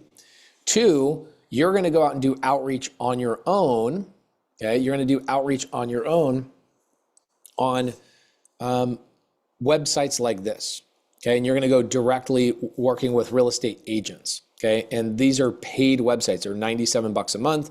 They cost money for obvious reasons. These guys are paying for data. And some people that are broke and destitute and basically sleeping in their car are going to be pissed off that somebody's trying to make some money to support their family. And hell, even get rich. Who cares if DealSauce gets rich? I don't care if PropStream gets rich. I don't care who gets rich as long as I get rich in the process. Okay. But these websites are actually what real estate investors are using. Now, here's another one that I really, really like. We're going to spend probably the next couple of days on between PropWire and DealSauce. So you want to go to PropWire, go to getpropwire.com. Getpropwire.com. I'll put that in the side chat. Getpropwire.com. This is free. I cannot believe this is my friend Jerry Norton's website. He made this free for people, which is crazy to me. Getpropwire.com is free until you need phone numbers. Okay. So pretty similar situation. Let's go to Tennessee. Let's go to, I want to go to listing. See how I don't like the filter as much. I like the filter in DealSauce a little bit more, but let's say MLS active. That means that they're being sold with a real estate agent. I also, okay, so 9,340 results. Let's go to negative equity. Ooh, 369 results. Out-of-state owners. Let's see. Okay, there we go. There's a good list. Now, what I can do is I can go to property types. I can go to single family homes, which co-living is going to be single family or mid-sized multifamily. Okay. Then we're going to go to at least 3 bedrooms, and we're going to go to at least 2 bathrooms. And now I have 1 result. Okay, so I got to change my list. Dang. Let's look at this deal. 3-bed, 3,498 square feet, MLS active, negative equity, out-of-state owner. The property is listed for 350, but the seller, its estimated value is 300, so they're overpriced. Let's see, how many days have they been on the market? Let's see, how many days on the market? 48 days on the market. So they're not going to be in a lot of pain. All right. They're not going to be in a lot of pain. I'm going to tell you my normal rule before I call a real estate agent. Okay. My normal rule before I call a real estate agent is I'm not going to call a real estate agent until the house is 90 plus days on the market. I think it's disrespectful for an investor to call a seller or an agent that hasn't been given the opportunity to sell to the regular market. I believe that as real estate investors, we are bringing a solution that is the best solution for them only if it did not work on the retail market. Retail market means I tried to sell it to a family that's going to come and live in here. They're willing to pay a premium because they're going to live here. They're not trying to get a good deal because they're going to live here. They're not trying to get a good deal because they're an investor that's trying to get cash flow. I believe that we should give the real estate agent usually about 90 days. Now, how do I determine that? This is a good note for you to take. I'm going to Google whatever market I'm going to choose. Okay. And for me, I would tell you to start in your own market. Just start in your own backyard. Okay. So everybody should go get PropWire for this next 3 or 4 days.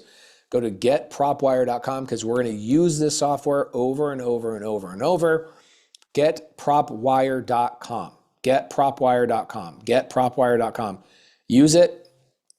Sign up for it. It is free. There is no upsell. However, you will run into a situation where you will need phone numbers, and I'll show you how to get those phone numbers for free as well. It's just a little bit slower, if that makes sense. Like if I go on Deal Sauce, I can get the phone number right away. PropWire, I have to pay extra. But for people that in here, like the broke people, that's not a negative thing, by the way. Just we've all been there before. I know exactly how it feels to have a negative bank account. I know how it feels to, wonder how I'm going to pay my rent. I know exactly how that feels. I totally get that, and I empathize with it, which is why I'm doing these free trainings. So Deal Sauce gets me the phone number right away. I value my time, so I'm not going to waste my time on PropWire that makes me go and either spend money in the moment and like pull up my credit card and dial for the phone number. I also have a website called truepeoplesearch.com. So when you go on PropWire and you can't get the phone number without paying, you can take that address and go to truepeoplesearch.com, and True People Search will give you 70% likelihood of a phone number that will actually match that you can reach out to, okay? 70%. All right, so I've now shown you where we can find deals over and over and over and over and over and over and over. Now, what is now required is, well, shoot, what do I do now? I just showed you step by step. I just showed you. I told you, here's the website, here's the filter. You want a free house? There's the filter, okay? I'll give you the filter again for the people that weren't paying attention and realizing that I was giving you the filter. Let me go back to this. Really good filter. Let's go back to Deal Sauce because that's my more favorite software. Pace, I thought you told us to go to PropWire. Yeah, you can do the same software search. It's just free over on PropWire. But let's go to your city. You're going to start in the city that you want. Let's go to,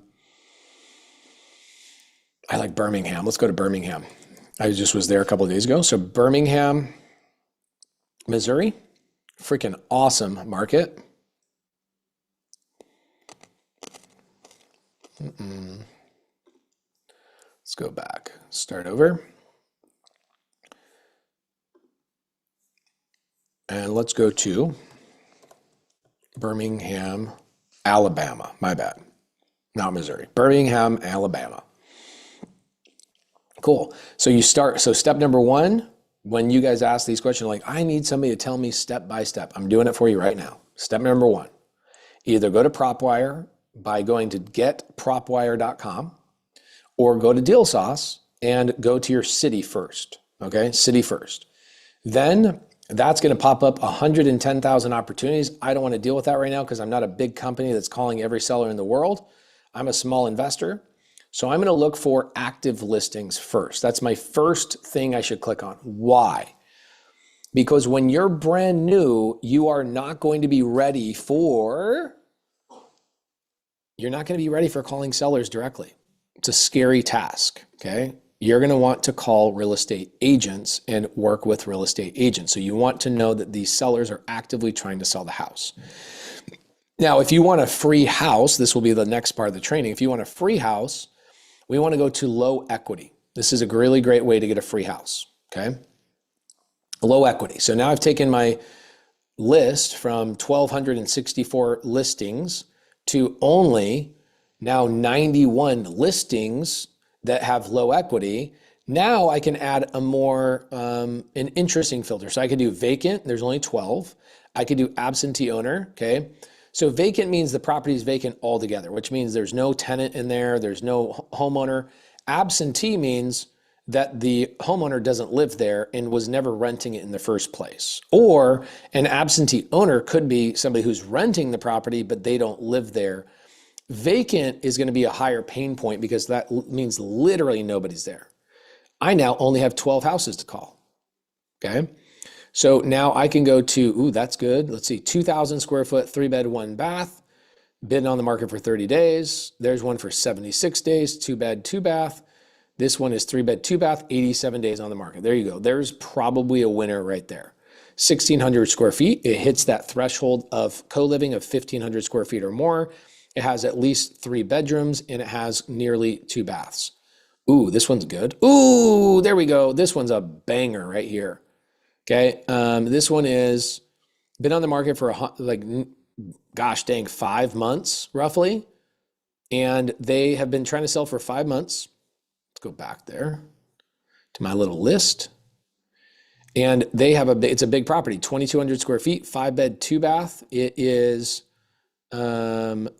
listing price, $79,000. Are you kidding me? That's crazy. That's ridiculous. I could buy that for that cheap. My word. Okay, it's been on the market for that long. So this will be somebody I call on Wednesday. Okay, I will call this person on Wednesday and chat with them on Wednesday. This is basically a free house. Somebody who has no equity, which I will explain in a little bit for the people he keeps saying no equity. I need to know what no equity means. I will get there, I promise. And so there you go. I found a house that will work for co-living in a matter of 30 seconds. Okay?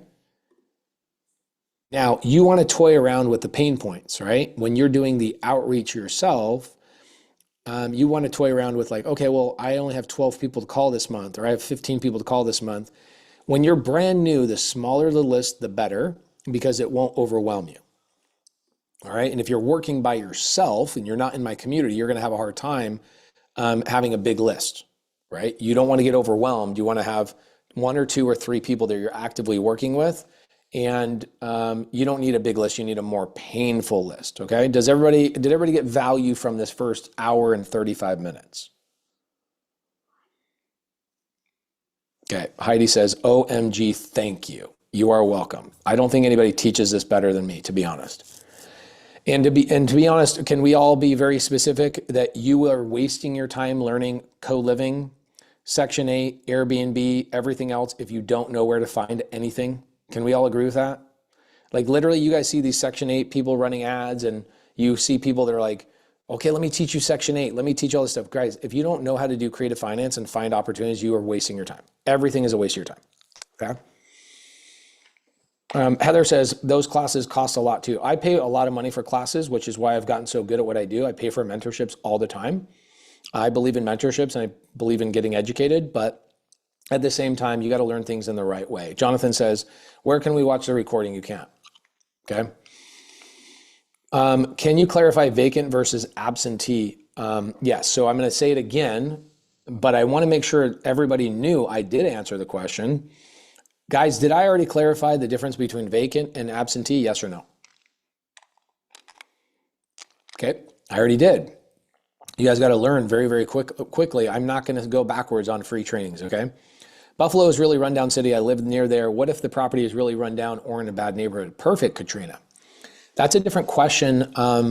Every single house is going to be a little bit different, but the answer, you don't want perfect houses all the time. You want a good deal, okay? And you want to be able to, here, I'll give you a good example. You guys ready for a good example of a co-living property that I bought with no money out of my pocket? You guys, let me unleash it. Are you guys ready for that portion? And then I'll do a little bit of Q&A and we'll wrap up for the day. Okay, cool. Very, very cool. Let me explain this to you. Yeah, Tiana says the creative finance and knowing what a good deal is super important. There's nothing more important than that. Going to a Section 8 class or guys, stop with the Airbnb crap. It is the biggest waste of your time is to jump into Airbnb. If you don't believe me, ask anybody that's doing Airbnb if they're actually making money. Nobody in Airbnb is making money. I shouldn't say nobody, very few, maybe like 3%, 4% of people are actually making money. But, and the reason being is because they went and bought properties by going to a bank. Ooh. I have a deal I'm supposed to be signing right now. This is great.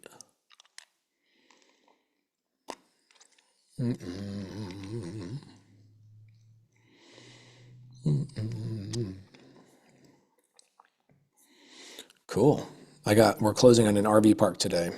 And sadly, that's not the training today, but everything I buy is with creative finance and people that are in my community. That's what we focus on is creative finance. Today is not RV parks. Today is co-living. So we're going to focus on that. Otherwise, I'd break down this deal. Okay, cool. So let's go through and I'm going to explain to you guys how I look at numbers on a property, okay? And how I get these houses for free. So here's a property. I will give you guys also the full breakdown of this deal, but here is a spreadsheet. I'm going to give you guys this link in the side chat for this. Please don't be stupid, okay? Don't be stupid. I'm going to say it a third time. Don't be stupid. Go up here and click on make a copy. Do not mess with my shiz. Do not try and edit my shiz. Go in here and make your own copy right here. Okay, make a copy. I'm going to give you this link in the side chat. Okay, this is one of the freebies I'm giving you guys for the day. Okay, if you like freebies, I was going to say if you like freebies, go to Walmart. People get pissed off at my jokes. I'm so sorry. Okay, so this house that I'm going to break down is a property on Myrtle Avenue. The other thing I'm going to do for you guys is I'm going to give you guys this really cool PDF, okay? And this is going to help you out quite a bit. This is a massive resource that took my team, I don't know, a year and a half to put this together, I think. Let's see if I have it. Please tell me I have it.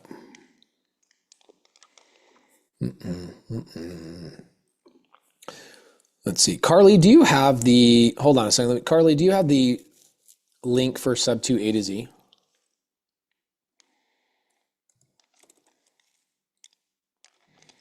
Yeah, if you can get the Google Drive link, that'd be great. I think I can probably find it. Hold on a second.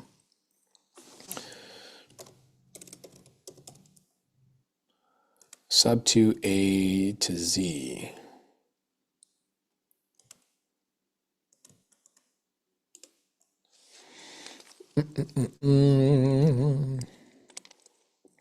This book I have is this really cool step-by-step book. I really want to kind of walk through it for you guys so you can understand how these deals get done, literally A to Z.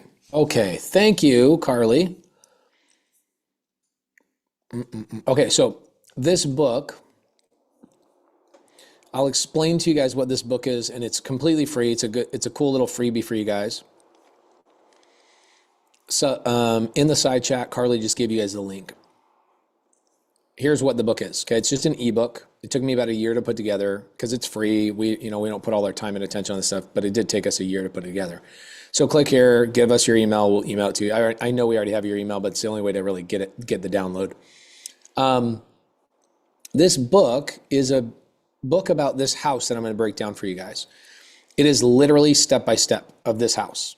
How I found the seller, the conversation with the seller, the negotiation with the seller, how I structured the deal with the seller, the walkthrough of the property, how I determined the houses. Like this is a co-living $10,000 masterclass. I have a student of mine that joined SubTo, and they said, Pace, I joined a co-living core. I bought a co-living course for 20 grand, and your free ebook gave me better information in the better order than that entire $20,000 course. So that ebook I gave you, it did take us a year, and it's a real deal with a real seller. This seller, I'll show you. Let me see if I can find her in my photos. Sherilyn.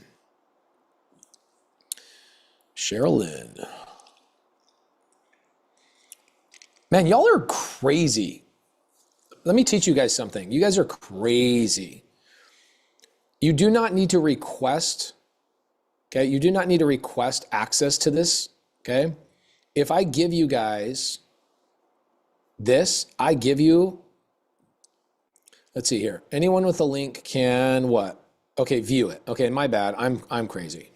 There you go. Anyone with a link in there. Guys, go here and click on make a copy immediately. Just go make a copy and get out. Make a copy, get out. Make a copy, get out, okay? Make a copy and get out. I just got like 200 emails of like requesting access. I'm like, what the hell is going on?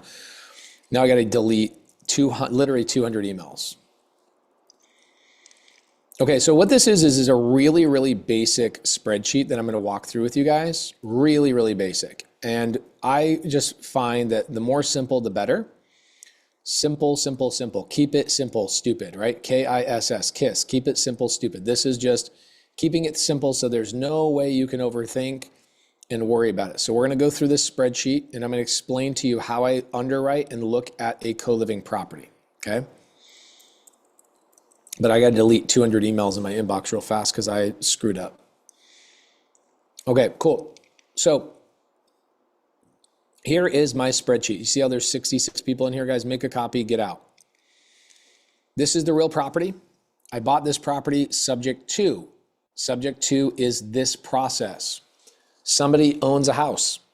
They have a mortgage with the bank. They owe more money to the bank than what the house is worth. And so I go, seller, can I just take over the house payments? And the seller says, yeah, here's the keys to the house and I get a free house. That's the basic version of it. That's creative finance. This is what I've perfected, my community perfected. We did $25 billion in transactions last year in just these types of deals. I showed you where they came from. I showed you the filter. If somebody has low equity, okay, let's do this. I wonder if I can draw this out real quick. Let's see if I can draw this out.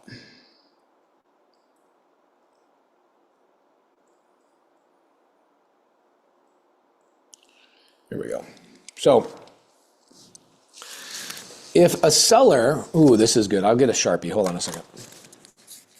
I get it, guys. I know I don't have all the tech. I'm traveling the country and visiting everybody in person. Be forgiving.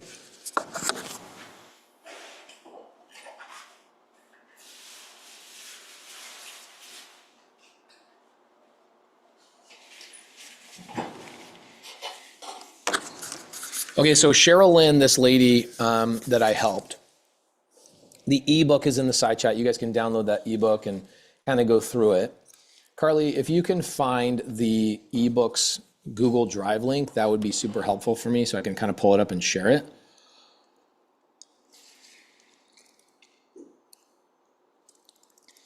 Or you could download it and text it to me. That'd be helpful too. Maybe somebody already did.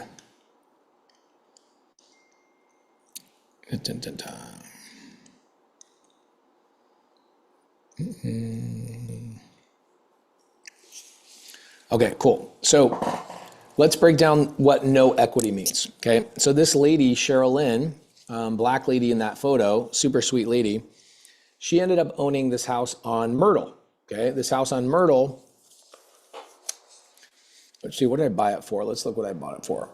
I bought it for $409, okay? So if I bought it for $409, that was my purchase price, and she owed the bank $409. How much equity does she have? Right? She sold it for this. She owes this to the bank. How much equity does she have? Zero equity. She doesn't have the ability to sell her property and put money in her pocket. That would be called low equity. Okay, so this lady tried to sell through a real estate agent. She tried to turn this into an Airbnb. She tried to do a whole bunch of stuff. And ultimately, I got a hold of her because the same way I showed you how to get a hold of people is click on low equity, click on listings. You will find houses that are actively for sale that literally owe more money on the house than what they are worth. Now, you might ask, well, why would I want that? Don't I want a good deal? Yeah, you do want a good deal. That's why you use creative finance. When you're doing SubTo, you're buying the property subject to the existing mortgage, which means this. It means I very rarely have to put any money out of my pocket. And that house, I got a 2.8% interest rate on that house. No money down, 2.8% interest rate on that house. I took over the mortgage payments, and I will show you guys the spreadsheet right now. This house has a mortgage payment. Let's see. My mortgage payment on this house is $34,000 divided by 12, whatever the heck that is. 34,000 divided by 12, so it's like 2,900 bucks. Okay, you guys can see 12 months of payments right here is $34,000. I just took over her payments. Now, here's the cost. Please pay attention to this. You will see that I bought her house for $409,386. Where did that money come from? It was already there. All I did was take over her payments. Her payments were already there. There was already a bank loan already there. I didn't have to come up with money for the 409. It was already there. I just started making payments, okay? Started making payments. Cool. Now, I had to pay for some closing costs, so I used a company called Creative Title. Let's see, Get Creative Title. I think, it's called Get Creative Title. GetCreativeTitle.com. Okay, I paid that company $7,283.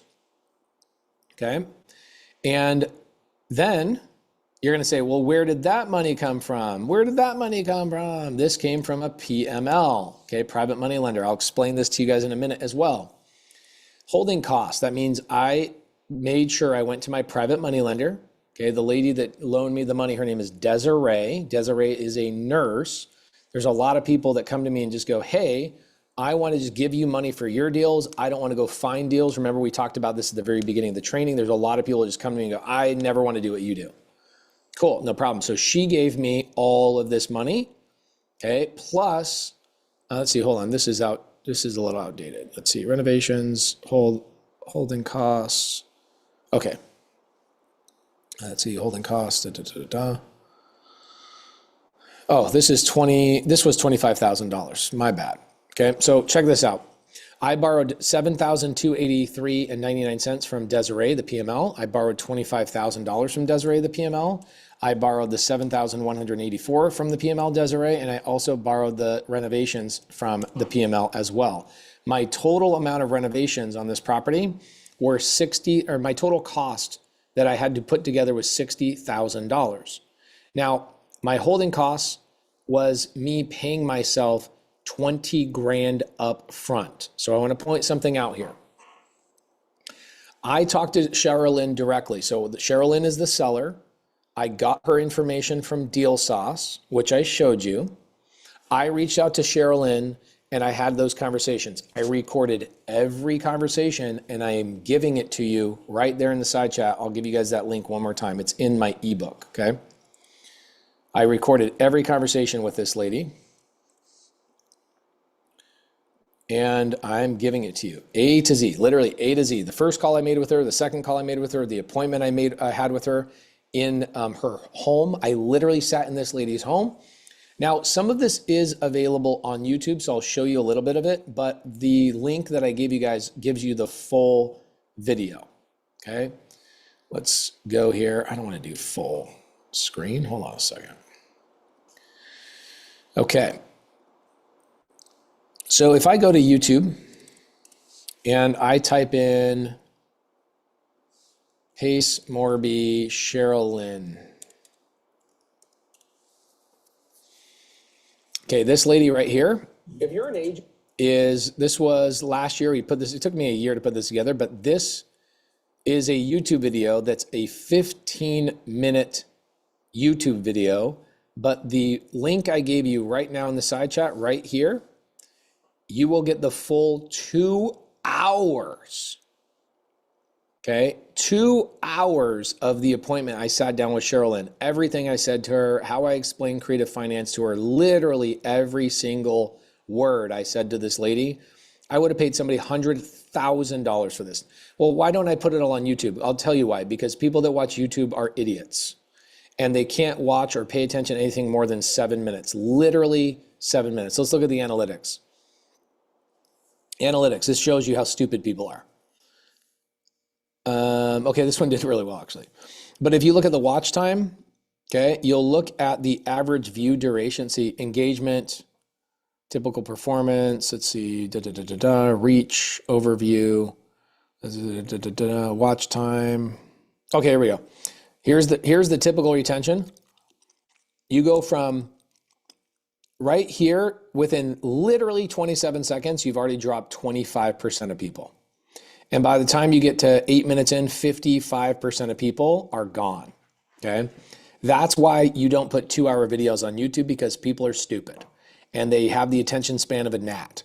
And so you entertain on YouTube, and then for the people that come into these free trainings that are actually serious and stick around, I give free gifts of like, hey, go watch this 2-hour training, all right? Now, for the people that are even higher level, they're one that are like, I actually just want to do deals. Those are the people I invite to my office and do deals with. So if you guys are in SubTo, remember, for the people that showed up late, if you are already in the SubTo community, we are doing a co-living in person 1 week where all we're doing is deals, where I'm calling your sellers, doing deals with you, all in person in the Phoenix office. If you are in SubTo, email the support team and let's get you guys in the office, okay? So this video and that link is this seller, okay? This seller, her name is Sherilyn, and I sat down and went through with her in this appointment. I'm sorry, not this appointment, but in this content I have with her. Let's go back. If you're an agent. Back one more time. Okay, so you will see right here, this is the first call I had with Sherilyn right here. I broke down the call as I was going through the call. I literally was taking notes and explaining it all the way through the call. But again, how long is this video? It is how long for the idiots that watch YouTube? My house is worth 4. It's a 15-minute video, even though I talked to the seller for 45 minutes. It's a 15-minute video on YouTube. So you guys will see the first call I made with the seller, the second call I made with the seller, the appointment I had with her in her house, and then also the fourth call I had with her where I closed her and sent over the contract. Literally, that book is SubTo A to Z. I would have paid somebody $50,000 for that book, truly, okay? So that book I'm giving you in the side chat, super helpful. Thank you, Carly. She says, here's the Google Drive. Let me walk you guys through it. Download anyway. It's 3 gigabytes? Man, that's a big book.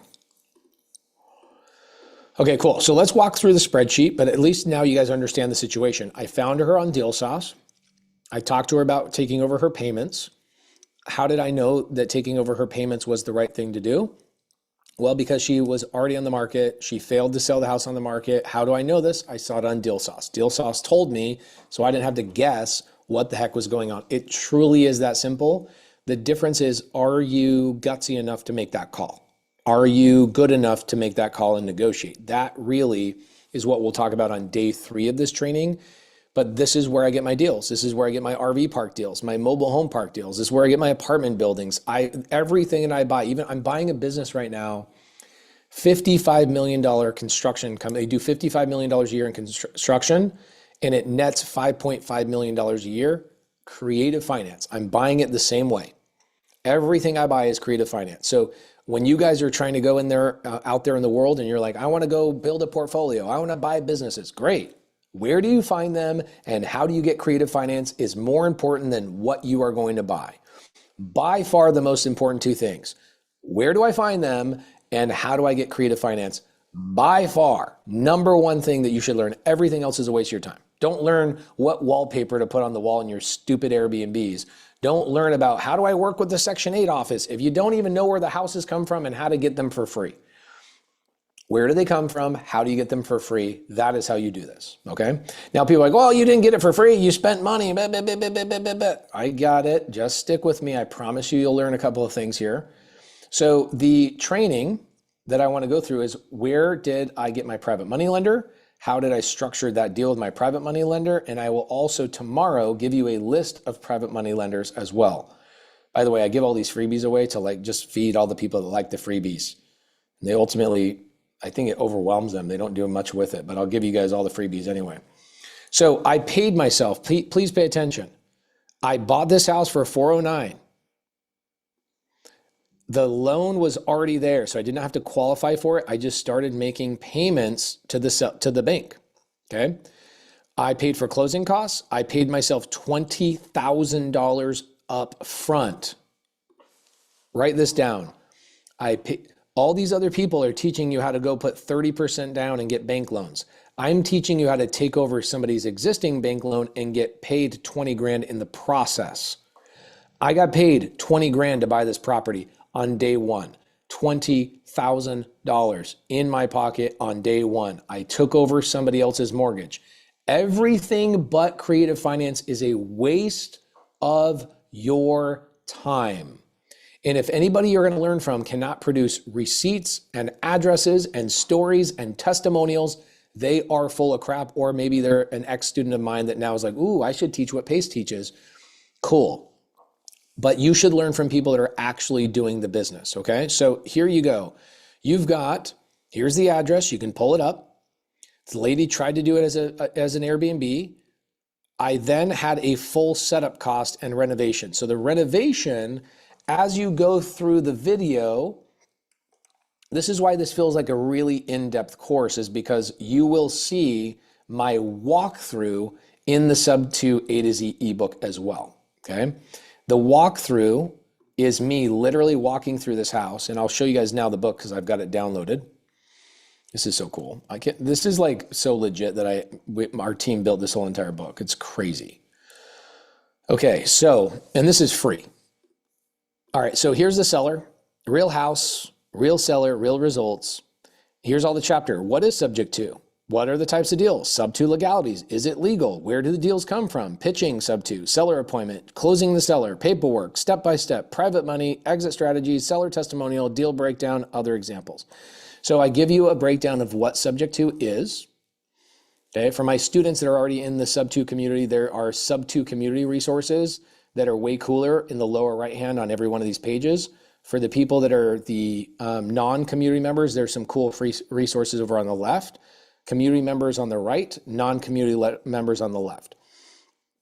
Here's the types of deals that SubTo works on: single family, small multifamily, commercial, businesses, airplanes. I'm buying another airplane this week in Miami. Then here are the SubTo legalities. I bring my attorney on here. He does a great job explaining those. Where do deals come from? You guys already saw Crexy, Deal Sauce, Creative Listing, awesome. Pitching SubTo, then seller appointment, then closing the seller, SubTo paperwork, SubTo step-by-step. Where does the private money come from? And then right here is, I guess I don't have the exit. I don't have the, oh, here it is. Here's the deal breakdown. Let's see. Let me make sure I actually walk the property. This property, I actually partnered with Graham Stephan from the Ice Coffee Hour, and I did a walkthrough of it. So hold on a second. Let me just type this in and see if I can find it. Pace Morby Co-Living.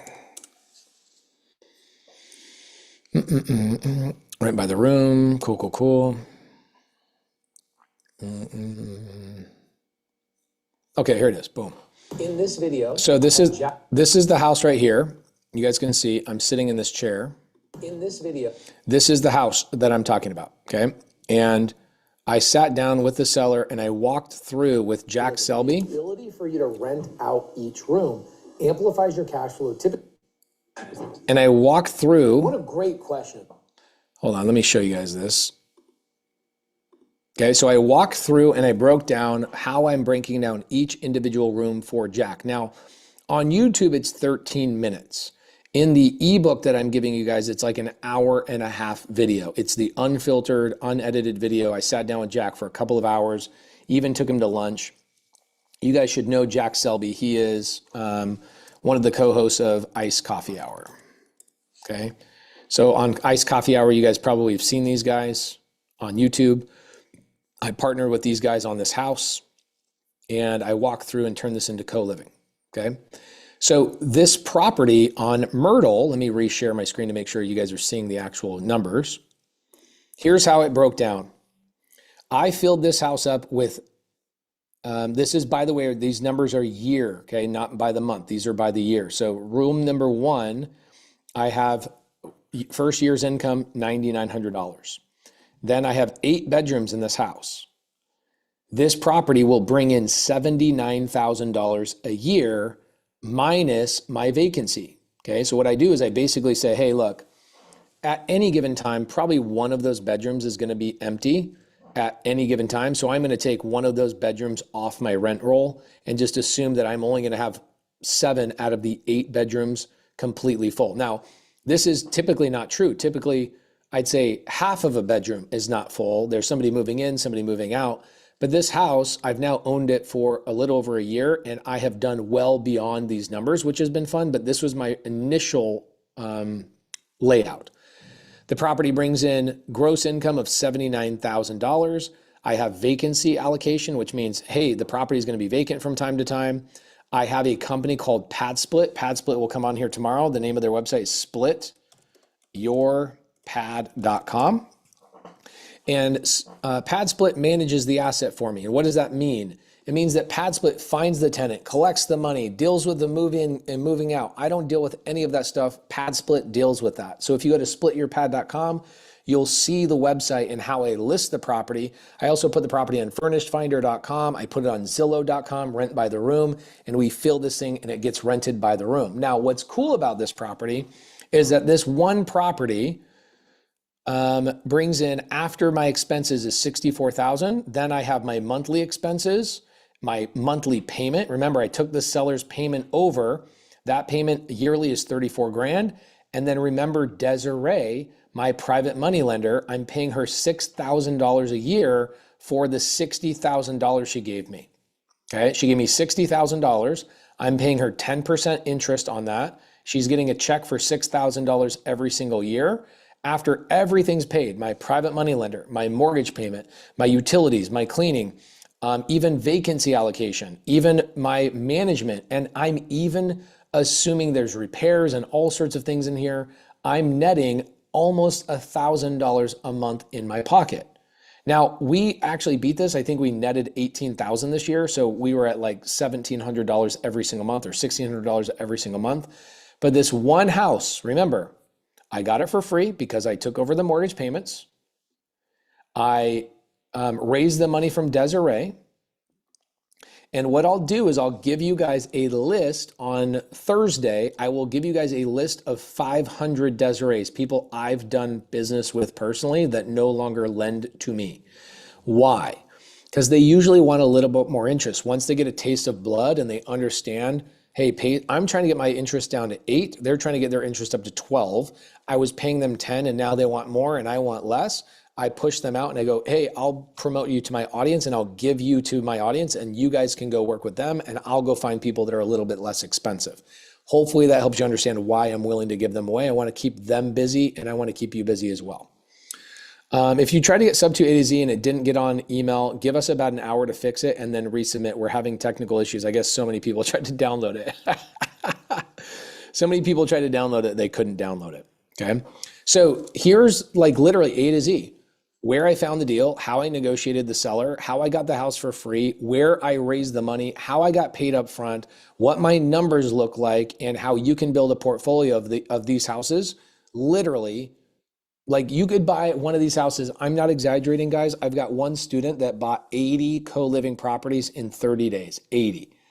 Because you don't have to use any of your own money. You can get paid up front, 80 properties in 1 month, 80 properties. Now, she's crazy.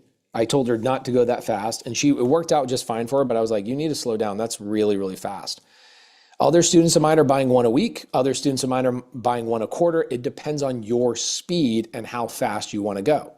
But this is how I do what I do. I go find people that have pain. I take over their mortgage payments. If there is money needed, which is probably 50% of the time money is needed, I go get an outside source of capital called a private money lender.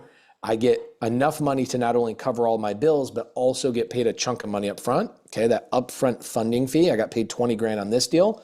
I then put it in my portfolio. Thing cash flows $1,000 every single month.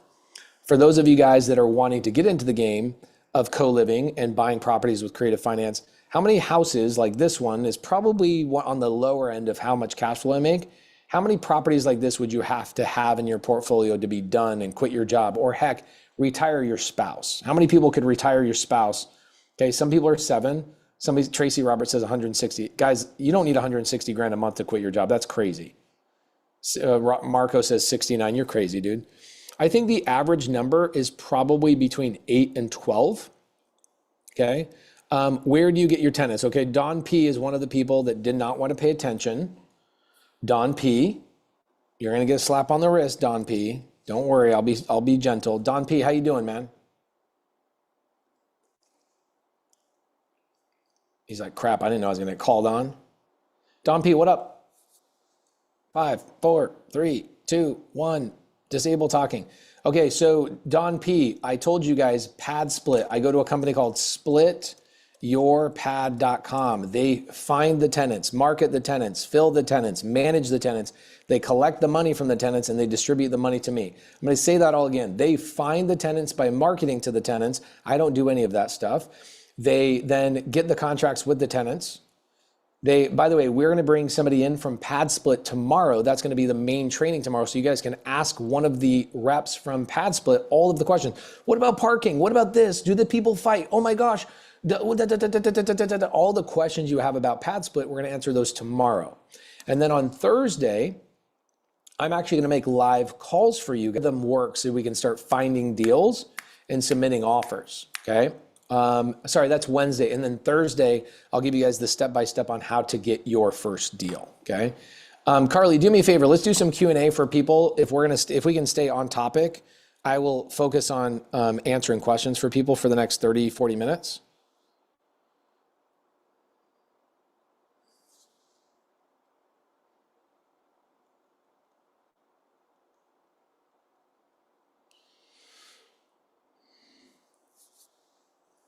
All right, Alexandra Schmitz, how you doing? Hi, can you hear me? I can. How you doing? What do you got for me? I'm great. How are you? Just curious if you'll be going over, I think you said like more of the private money. Like I'm understanding where to get the deals and love the pad split idea and like the area that we live in can definitely benefit from that. Okay. Just wondering, I've gone onto your Paces privatemoneylender.com and there's like 500 like I mean there's so many of and I'll like batch email like, hey, I have this deal. Wondering more like how do you appeal to a private money lender and what do you come to them with? Like, is Okay. it better to have a private money lender on hand where you're like, hey, when I find a deal, can I come to you? Or do you go the other way around?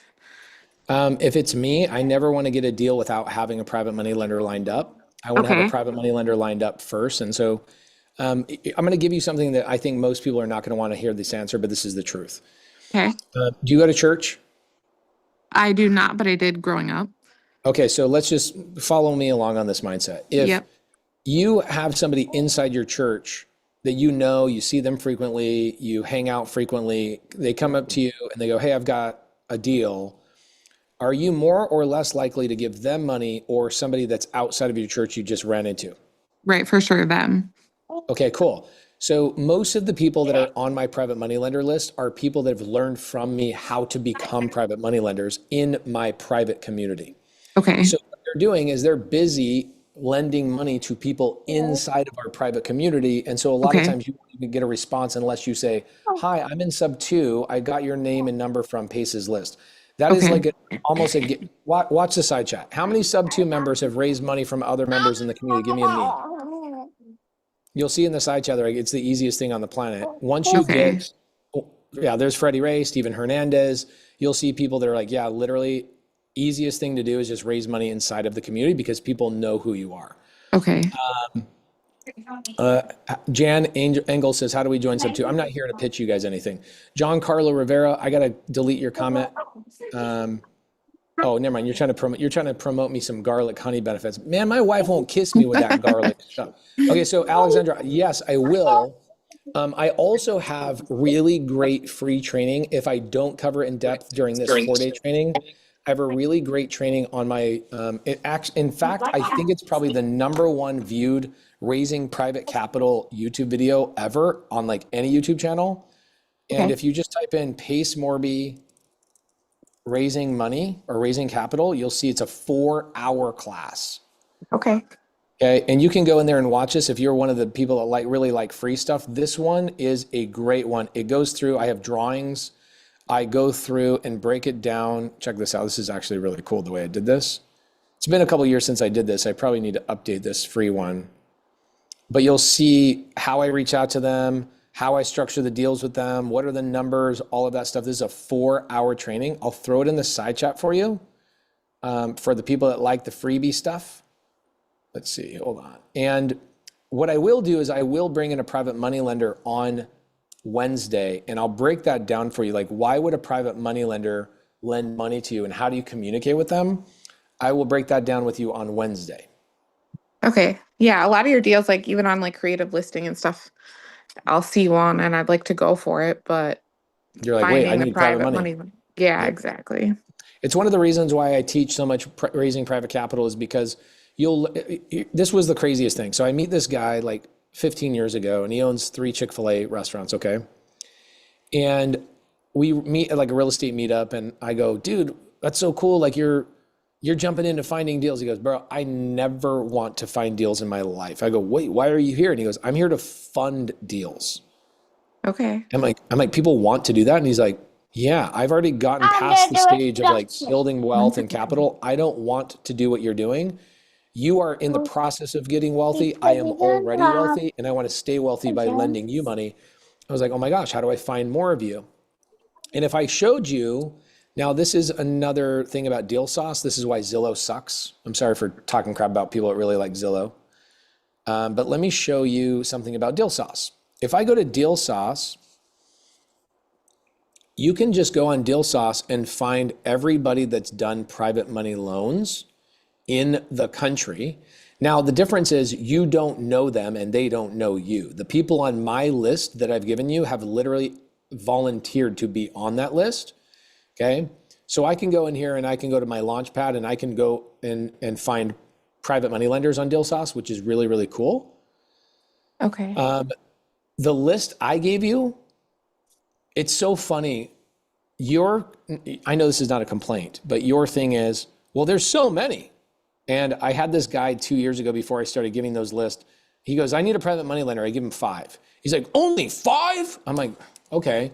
So then I give 100. Then I get somebody who's like, only 100? I'm like, oh gosh. Then I go to 500, like people that I literally have done deals with. And then somebody's response is, that's a lot, right? So I don't know. You guys can choose to take as many of them as you want, but I get a lot of messages daily of people going, dude, you changed my life. You gave me access to some of your community members. The biggest downfall you have is a lot of my students will want to continue to do deals with other students because they've been trained on safety, ethics, and all of those things. Somebody that's not in our community is a little bit of an outsider, as you can imagine. Anybody that goes to church or maybe a private gym, you can probably understand that. But we'll talk about that more on Wednesday. Amari, how you doing? How can I help you? I hope I'm pronouncing your name right. Amari? Okay, 5, 4, 3, 2, 1. Disable talking. Sorry, Amari. You guys got to know, you can't unmute yourself. I press ask to unmute and it pops up on your screen and you have to accept it, okay? Marquise Tate. How you doing, Marquise Tate? How you doing? Hey, though, man, I'm all right. I just got a question about like how to put it on the contract, like what contract to use. Okay, so that is the least concern you should ever have. Can I tell you Okay. why? Why? You are asking a question about how to finish or like how to run across the finish line before you've even taken one step in the race.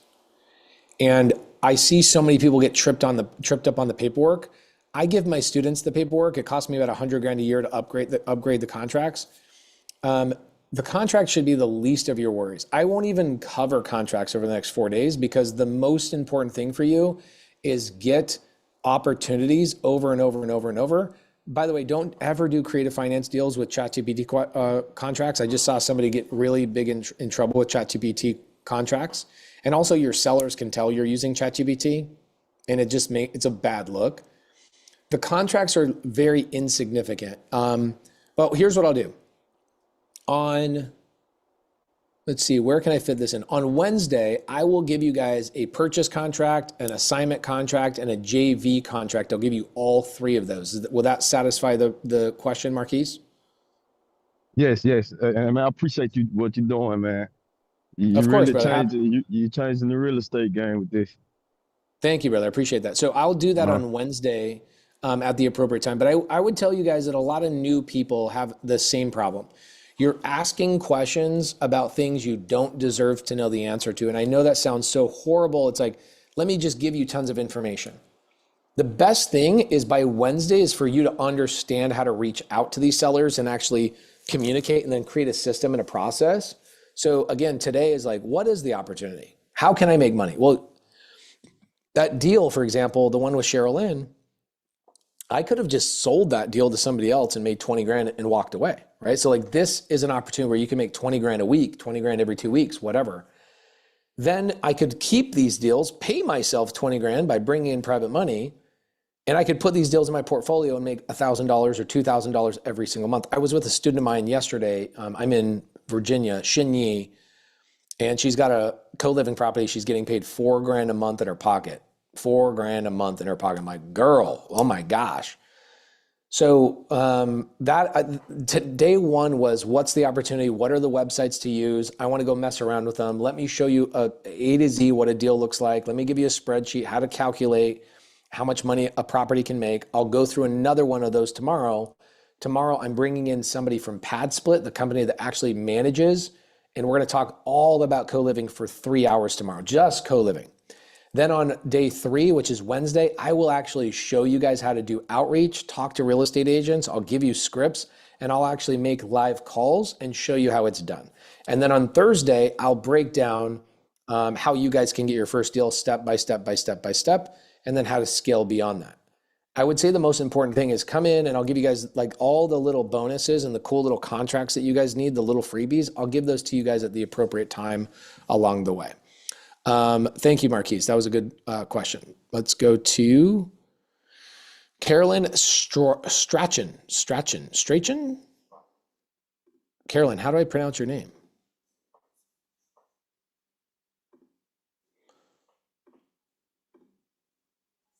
Carolyn, you are unmuted, so I should be able to hear you, but you just need to talk.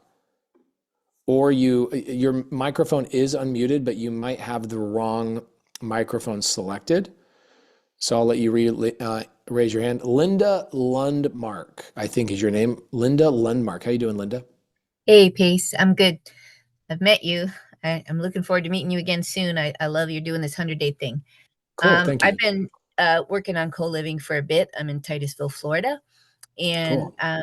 I have a couple opportunities in foreclosure that I've been looking at. And the thing that's tripping me up, you didn't mention today, which are, I thought I had to get permission, like to talk to the bank to kind of confirm how much money's owed in back fees sometimes. Like one Okay. of my guys happened to pass away and it's now out of probate. And the kid has been talking with me, the son, who really doesn't want anything to do with the house. And so it didn't have any equity. There's very low equity, maybe negative equity, because it's been a year now in probate with accruing fees. Is this something you still would pursue or consider walking away from?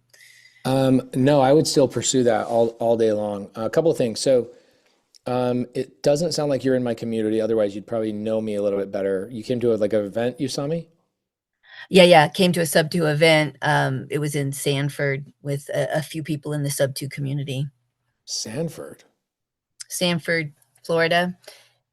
Well, Orlando. Okay. I'm like, Yeah. what's It Sanford? was I've like never a been to big Sanford. museum for old Yep. classic cars. We Yeah. had like 500 people there. Yeah, it was crazy. That was crazy. Okay, cool. So, is this a SubTo deal or no? It could be, but well, I think it's now going to the bank. It was in pre-foreclosure when I first started looking at it, but it it had to come out of Have you got a probate. hold of the heirs of the property? The heirs are the kid works for me. I own a landscape business, and he works for me now. And yeah, I've sort of been talking with him about it, whatever he's comfortable with. But he's only 18, and he inherited it, and so he's just going to Okay. let it go into foreclosure and be done. So, okay, so I'm confused. Maybe the answer is just you were too embarrassed to ask him, but like, why haven't you just asked him, can I buy the property and can I help you keep it out of foreclosure? Because to him, the bank owns the property, and so he doesn't know how to. He's never been in real estate. He doesn't Okay, know has it how been to. foreclosed?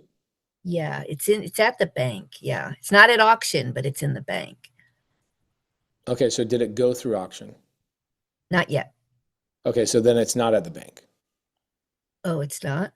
No. Okay, so to me, all right, so it's in foreclosure, and to me, it's at the bank because it's in foreclosure.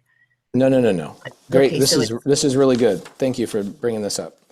Okay, so pre-foreclosure and foreclosure is commonly misunderstood in people's minds. Okay, so the way this works is, sorry, I'm sure you've seen my training before. I usually have like really high-tech gear, but I'm on the road trying to help people in person, and I got to meet up in 45 great. minutes. We see it perfect. Okay, cool. We see it perfect. It's good. Cool. So I've got a seller that here's the situation they're in. They owe the bank money. The seller goes, let's say 90 days, and they're late on that payment. What ends up happening is the bank starts sending them letters at the 90-day mark. And I'm going to throw out some general numbers because every bank's a little bit different, but this is like the general guideline. And they're going to basically say, hey, you're behind. They're going to work with each other, and you're going to see this. This is called a pre-foreclosure. Okay. Somebody who's not in the foreclosure process yet, they're in pre-foreclosure. Pre-foreclosure means there has not been a letter sent to the seller called an NOD. NOD means a notice of default, okay?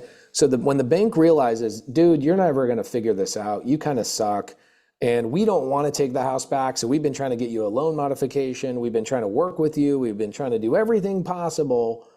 That's all called pre-foreclosure, okay? When the bank realizes in their mind, they put a check mark in their mind, they go, this person sucks for whatever reason. That's a general statement. I know it's like, oh, Pace, you're a little bit rude. You get what I'm saying. This person's never going to figure this out. We're not ever going to be able to, get them reinstated, and they don't care to even communicate with us. They kind of suck. They then go and do a formal process where they hire a trustee. Girl, I'm telling you, I'm giving you $1 million education right now, okay? Okay, awesome. Did you know that banks do not foreclose on houses? Did you know that? I guess not. Okay, so a bank does not foreclose. What they do is they hire a trustee to foreclose for them. Okay? Okay. I know that's weird. It's like, hey, I'm going to break up with you. It's like in high school, let's say you're breaking up with your boyfriend or your girlfriend. You're like, I'm too embarrassed. I don't like this. This is not what I do. I don't like breaking up with people. So you go to your friend and you go, hey friend, I'll buy your lunch tomorrow if you go break up with my boyfriend for me. That would be a trustee. Okay. I know that's a weird way of explaining it, but I just made people actually understand what the heck I'm talking about in 2 seconds. Yeah. So there are trustees that actually get paid significant amount of money. These are law firms that go out and they foreclose on the seller for the bank because the bank is like, we're not in the foreclosure business. Does that make sense? Yes, and I did talk to someone. I called and tried to be like a general person inquiring and acted ignorant, and they said, well, okay, so now since you mentioned the kid's name, we know you're legit, the people, but you still have to get permission from the kid to talk to us further about all the fees that are owed. There you go. So this is a trustee. You're not talking to the bank, you're talking to a trustee. Okay. You're basically going to the trustee who's trying to break up with you or trying to divorce the house and take it into foreclosure. and you're going, hey, trustee, don't break up yet. Let's fix this. Let's fix the situation. The trustee's like, I don't know, like in order for us to even talk to you, we need permission and okay? So every foreclosure has a trustee. Banks do not foreclose on houses. I want you guys to remember that. It's golden. I've never, out of all the YouTube videos I've ever watched of other influencers, I've never heard somebody actually explain this process. I think most of them don't actually understand it. The bank never forecloses. They don't break up with the seller. The bank is like, we're busy doing loans and that's where we make our money. We don't make money by taking houses back. So they go and they hire a trustee. Cool. Well, the trustee will now send a notice of default letter to the house. And they now have a scarlet letter on the house. And now that they are in foreclosure. Okay. They are in the process of foreclosure. Have they been foreclosed on? No. So this is where a lot of people go, oh, it's in foreclosure. It's lost. No, the whole process just barely started. It just started. The process you're talking about right now just started. It's not with the bank. Oh my gosh, girl, I'm telling you, what I just gave you is going to make you 50 grand on this one deal. It's been a year with no payments on the property. So what? My students have done deals that are 2 years, 3 years of no payment. That means nothing. Nothing. With low means nothing. equity. Okay. Yeah, no equity means nothing. It means nothing. In fact, when you tell me no equity, I'm like, that's a great deal. Give me that deal all day long. Okay. All right. So foreclosure just started when the trustee took over, and that's now who you're talking to. Okay. There's a special department. This is called loss mitigation department. Okay. My wife talks to all the loss mitigation departments for my students. She sits on a Zoom and just does this for my students all the time. So what happens is now every state is just a little bit different. California, you can imagine this takes longer. Arizona, where I primarily do my single family deals, this is about a 90 to 120 day process. In some of your guys' Democrat states that really hate landlords and they really hate people making money, it's all about the people. This might take 2 years. This process might take 2 years, okay? Now, when there's a death in the family, that might take even longer. And so the trustee's like, we don't know who we're going to break up with. We don't even know who the seller is, So they're going through a whole bunch of things, right? Okay. You still can save this deal, my friend. You can save this deal easily. What you need is the 18-year-old to give you permission through a power of attorney. And you need to be able to have somebody smarter than you call the loss mitigation department and negotiate and find out what the arrears are and structure a deal with the bank. And yes, you can buy a SubTo deal from a dead person. No, not to be insensitive, but you can buy a SubTo deal from a dead person. And so the smarter than me person should be someone in your SubTo community, or, I mean, I have a real estate attorney, but I didn't know I could use her. Real estate attorneys are not going to call and negotiate on your behalf. That's not what they do. They're a disinterested third party. They give you advice. They write contracts, that kind of stuff. They're not going to negotiate and structure a deal for you. So someone smarter than me is experienced in just foreclosures and talking to the trustees. It would be somebody in my SubTo community. You've met 500 of them in person. We played that fun like scavenger game in Orlando a couple of years ago. You have met some of them, like, let's see, Hung Mai, one of my great students in Orlando, could structure this deal for you and call the seller. He's been in SubTo for 5 years. He's probably done over 400 single family SubTo deals, and probably half of those are in foreclosure. So partnering with somebody that's 5 steps ahead of you is the right way to go, or let the lead die. Okay, and I know not to take up more of your time, but you didn't mention location for these co-living homes. It seems, I thought like there was specifics, but will you just take any good deal home and make it co-living? Here's what we got. This is a good piece of knowledge. We've lost about 100 people. People have an attention span of like 2.5 hours. It's interesting how people are. It's so interesting. I used to do this training. I used to go live for 16 hours at a time. This is like 7 years ago. I'd literally go live 16 hours and people would stick around. And now here we are, people are like addicted to doom scrolling. People's attention span, we've learned through all of our analytics, went from literally 5 hours 7 years ago to now 2 hours 7 years later. It's crazy. Well, I cleared my schedule this week for you because I Cool. value what you offer. So Thank you. I appreciate that. Okay, so this is one of the most important things. I'd say second most important thing I could teach you today. The first most important thing I could teach you was stop trying to learn strategies and learn where do deals come from and how do I do creative finance, period. Second thing you should learn is the house determined the strategy, not you. What do I mean by that? If I get a deal right now and it turns out it's a great deal in an HOA, am I going to do a co-living property? Yes or no? No. Okay. Chances are I'm also not going to do a Section 8 property. If it's a luxury house in a nice area, am I going to do a Section 8 property? No.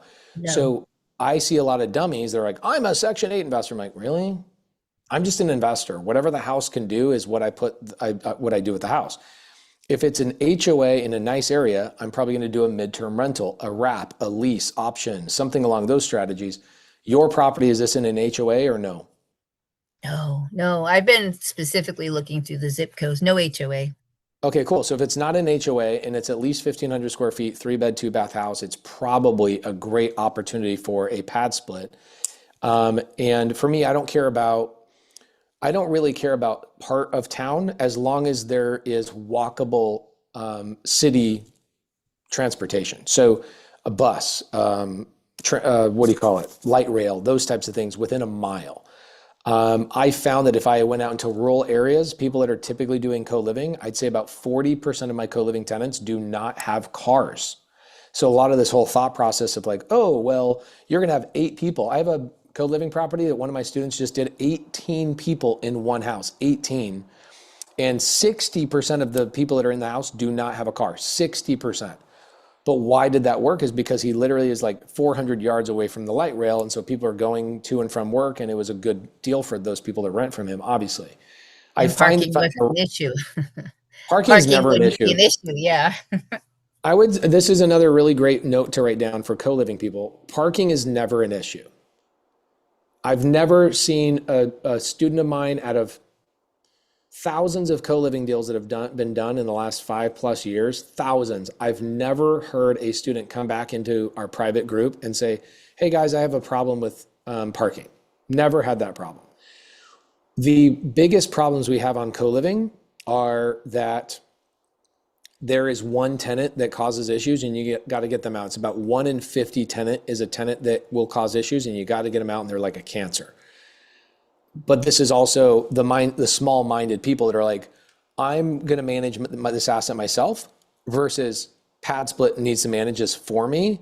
The people that just have somebody manage it for them don't deal with this issue. The people that are like, I'm going to do this myself because I want to save a couple $1,000s a year or whatever.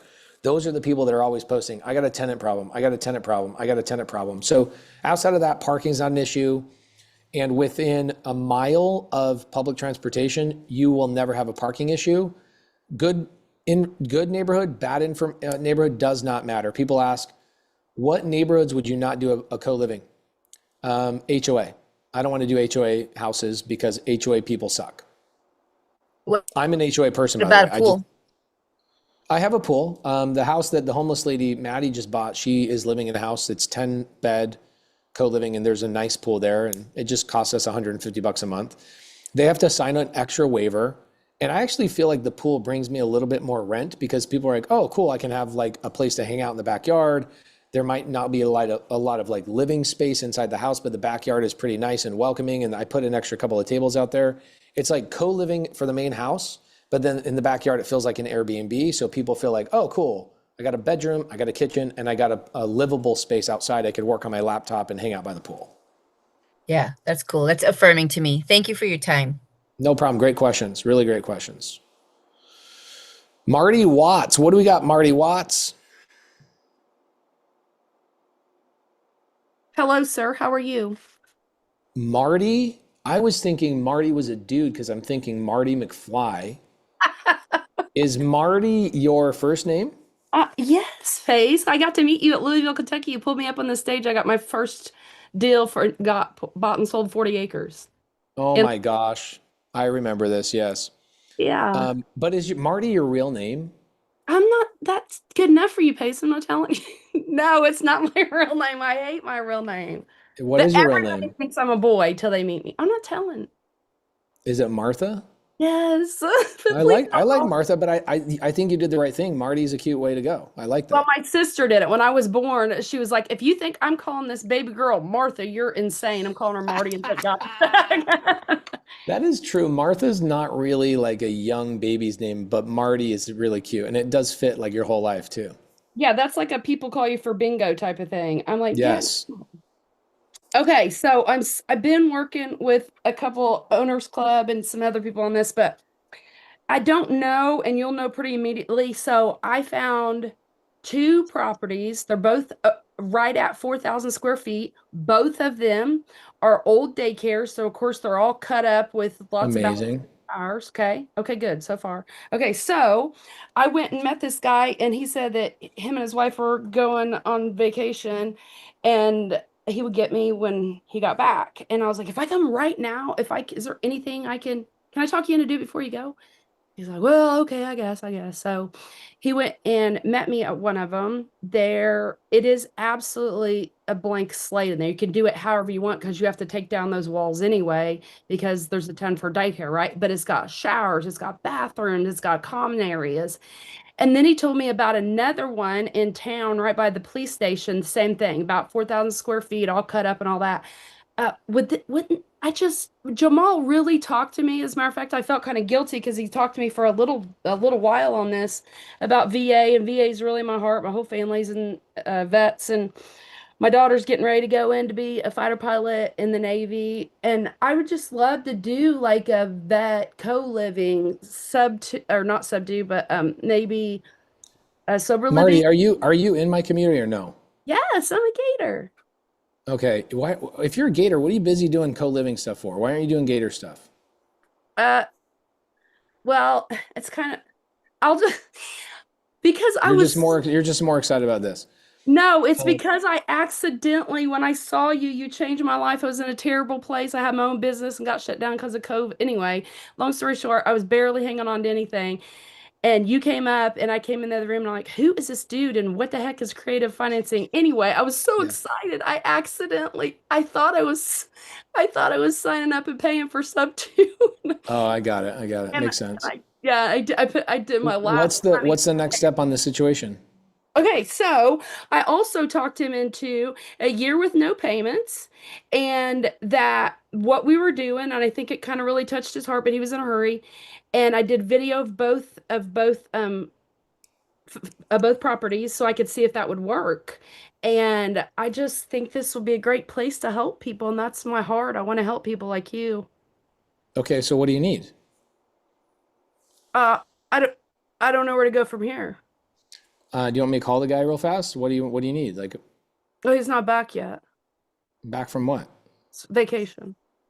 I would never Okay, bother. so what do you need? I need to know I need to get in there and do an estimate on what it would cost. So first of all, do you think it would be good for co-living or VA house or what Jamal was talking about? Yes, I love the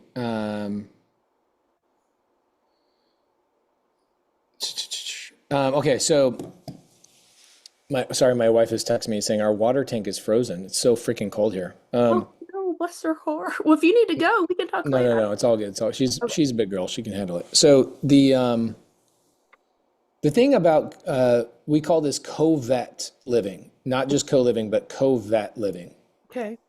And the thing about co-vet living that I don't love is that you're limiting yourself to only vets, and there simply are not enough vets to fill these properties. And so when your goal is to make sure your occupancy is at an all-time high, you don't want to limit the type of clients you have. So I get a lot of people in SubTo that are like, yo, I'm going to go all women's co-living. I'm like, cool, I think you'll be fine. I get a lot of people that are like, I'm going to go all men co-living. I'm like, cool, I think you'll be fine. I think, in fact, a lot of ways, I think if you're doing all women co-living, you should do 1 in 5 co-livings should probably be in all women's because there's just not enough women to justify a full portfolio of all women co-living. So like do 1 out of every 5, right? Okay. It's way worse for veterans. So you get this property, you're like, oh, there's going to be endless. And I hear a lot of people that are like, there's endless amounts of veterans that need our help.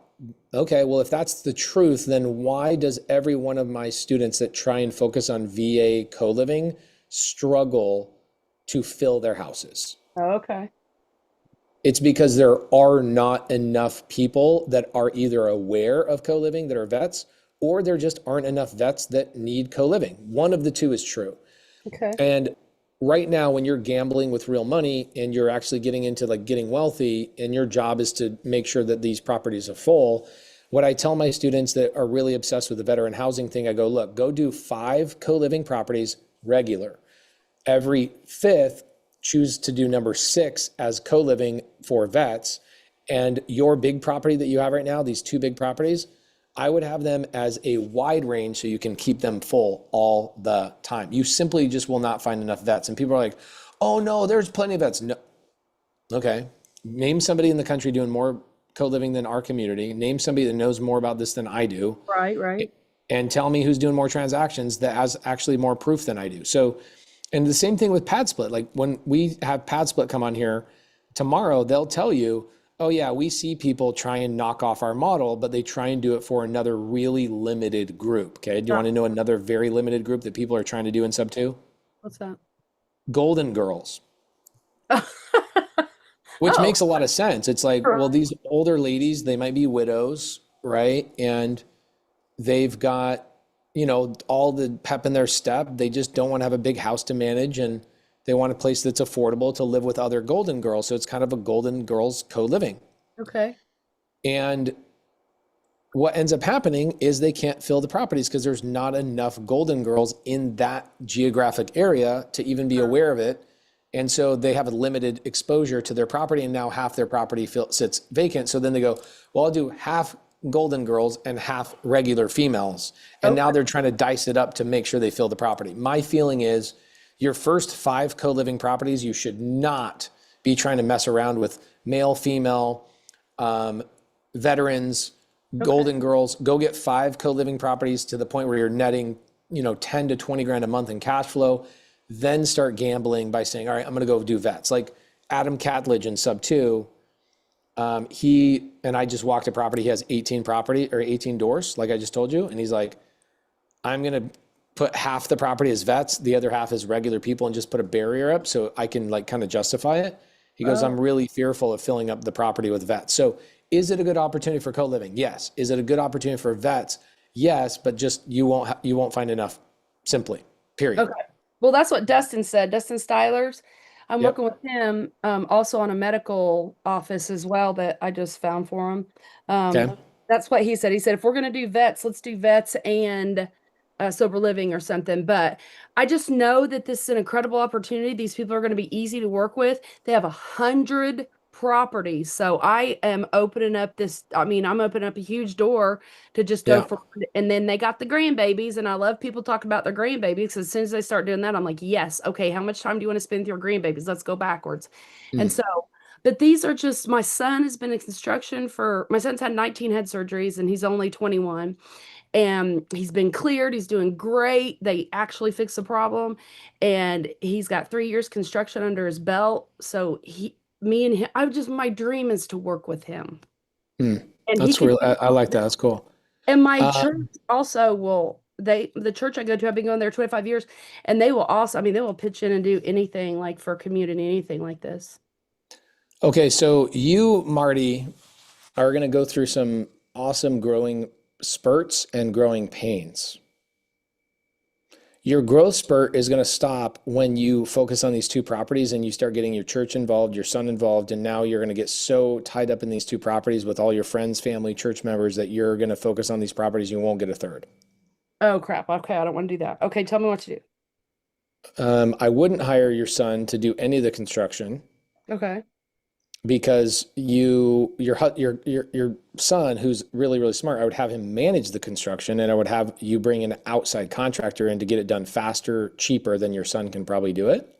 Yes, that's what I thought. So he could go back and forth at properties, and he could be the general contractor instead of me having to do it. Okay, awesome. There you go. I like that. That's cool. Don't get him swinging the hammer. Don't get him doing any of that stuff. Next thing you know, he's going to be caught up doing that. Then awesome. You yourself need to find somebody that will manage the property for you so you don't get tied up in that property. Next thing you know, you have a job, right? That's right. Okay, cool. So you don't want that. Now, Marty, have you been watching the seller calls I've been making in the morning for the SubTo members? No, I haven't. You haven't been going to the jam session? Oh, yes. Sorry. The jam session. Yes. Were Yeah, I've you been in on today's there. jam session where I called No. the seller on the 450 units? No, I was not. Were you in yesterday's jam session where I called the seller on the $20 million deal? No, Marty. I haven't been on this week. Marty. Well, I've been doing the warehouse and the storage units too, so I'm not. Yeah, I'm but not. you need somebody to call those sellers. That's what I'm trying to say. Is like Right. what you need to do is you need to bring those sellers into me on the jam session in the mornings once that seller's off their once that seller, by the way, guys, give it up for Marty. Give her some thumbs up. Give her some congrats. She got her first deal, 40 acres bought and sold in 48 hours. It was her first deal. She just did it. It was freaking awesome. Has today been good, guys? 2 hours and 47 minutes. I condensed a lot of information really, really fast. I know people's attention span is getting shorter and shorter and shorter every single day, so I'm trying to go as fast as I possibly can. I've got 3 more days with you guys. I want to keep it light and keep it fast and keep it punchy so we get a lot of great information. Tomorrow, Pad Split will be with us so we can break down more Pad Split information for 3 hours. We'll do some Q&A at the end, etc. I got more bonuses, more cool things. Guys, do me a favor. DM me on Instagram and say, hey, this was my favorite part. I really got this information. Thank you so much. We did great today. Thank you, Randall says. Is co-living worth trying in states where eviction is difficult? So yes, eviction, you don't evict in co-living. The people in co-living are in a group. Hillary says, tax strategy? Can you do co-living with commercial? Yes. New to this and was very digestible and excited to learn. Thank you, Kathy. Appreciate that. That's my goal on day number 1. Make sure it's very, very digestible. Is co-living worth in states that eviction is difficult? Yes, it's totally worth it because they're not your tenant. They're actually a club member, if that makes sense. And so, yes, it actually is very, very simple. Okay, guys, I have a meetup here. Today, I'm in Richmond, Virginia, meetup. Tomorrow, I will be in Washington, D.C. Next day is Baltimore, Maryland. The day after that, I will be in Pittsburgh. The day after that is Cleveland, Ohio. The day after that is Buffalo, New York. The day after that is Philadelphia, 7 days straight. Then I've got one more day after Philadelphia, which is New York, New Jersey, big meetup before Christmas. And then I go on a 5-day break from my 100-day tour. So tomorrow you'll see me in a different hotel. I will move from 3 a.m. to 8 a.m. tomorrow morning to the next city. And we will be in a different hotel tomorrow, but I will be back at the exact same time, going as fast as I went today, as concise as I went today, staying on topic, doing a handful of Q&A. But tomorrow we will have somebody from Pad Split to come in here and talk about specifically co-living, and the largest co-living property manager in the world will be coming in here and educating us on their process and everything you need to know. So we will be back here tomorrow, same time. Same gosh dang time. That would be 11 a.m. Pacific Standard Time, noon Mountain Standard Time, 1 p.m. Central, and 2 p.m. Eastern Time. And hopefully you guys are coming on the Creative Nation Tour, creativenationtour.com. I'm going to Richmond, Virginia to help people get deals in person live tonight. Man, where do I get all the energy? I don't know. I just freaking love doing this. Appreciate you guys. I'll see you back here tomorrow.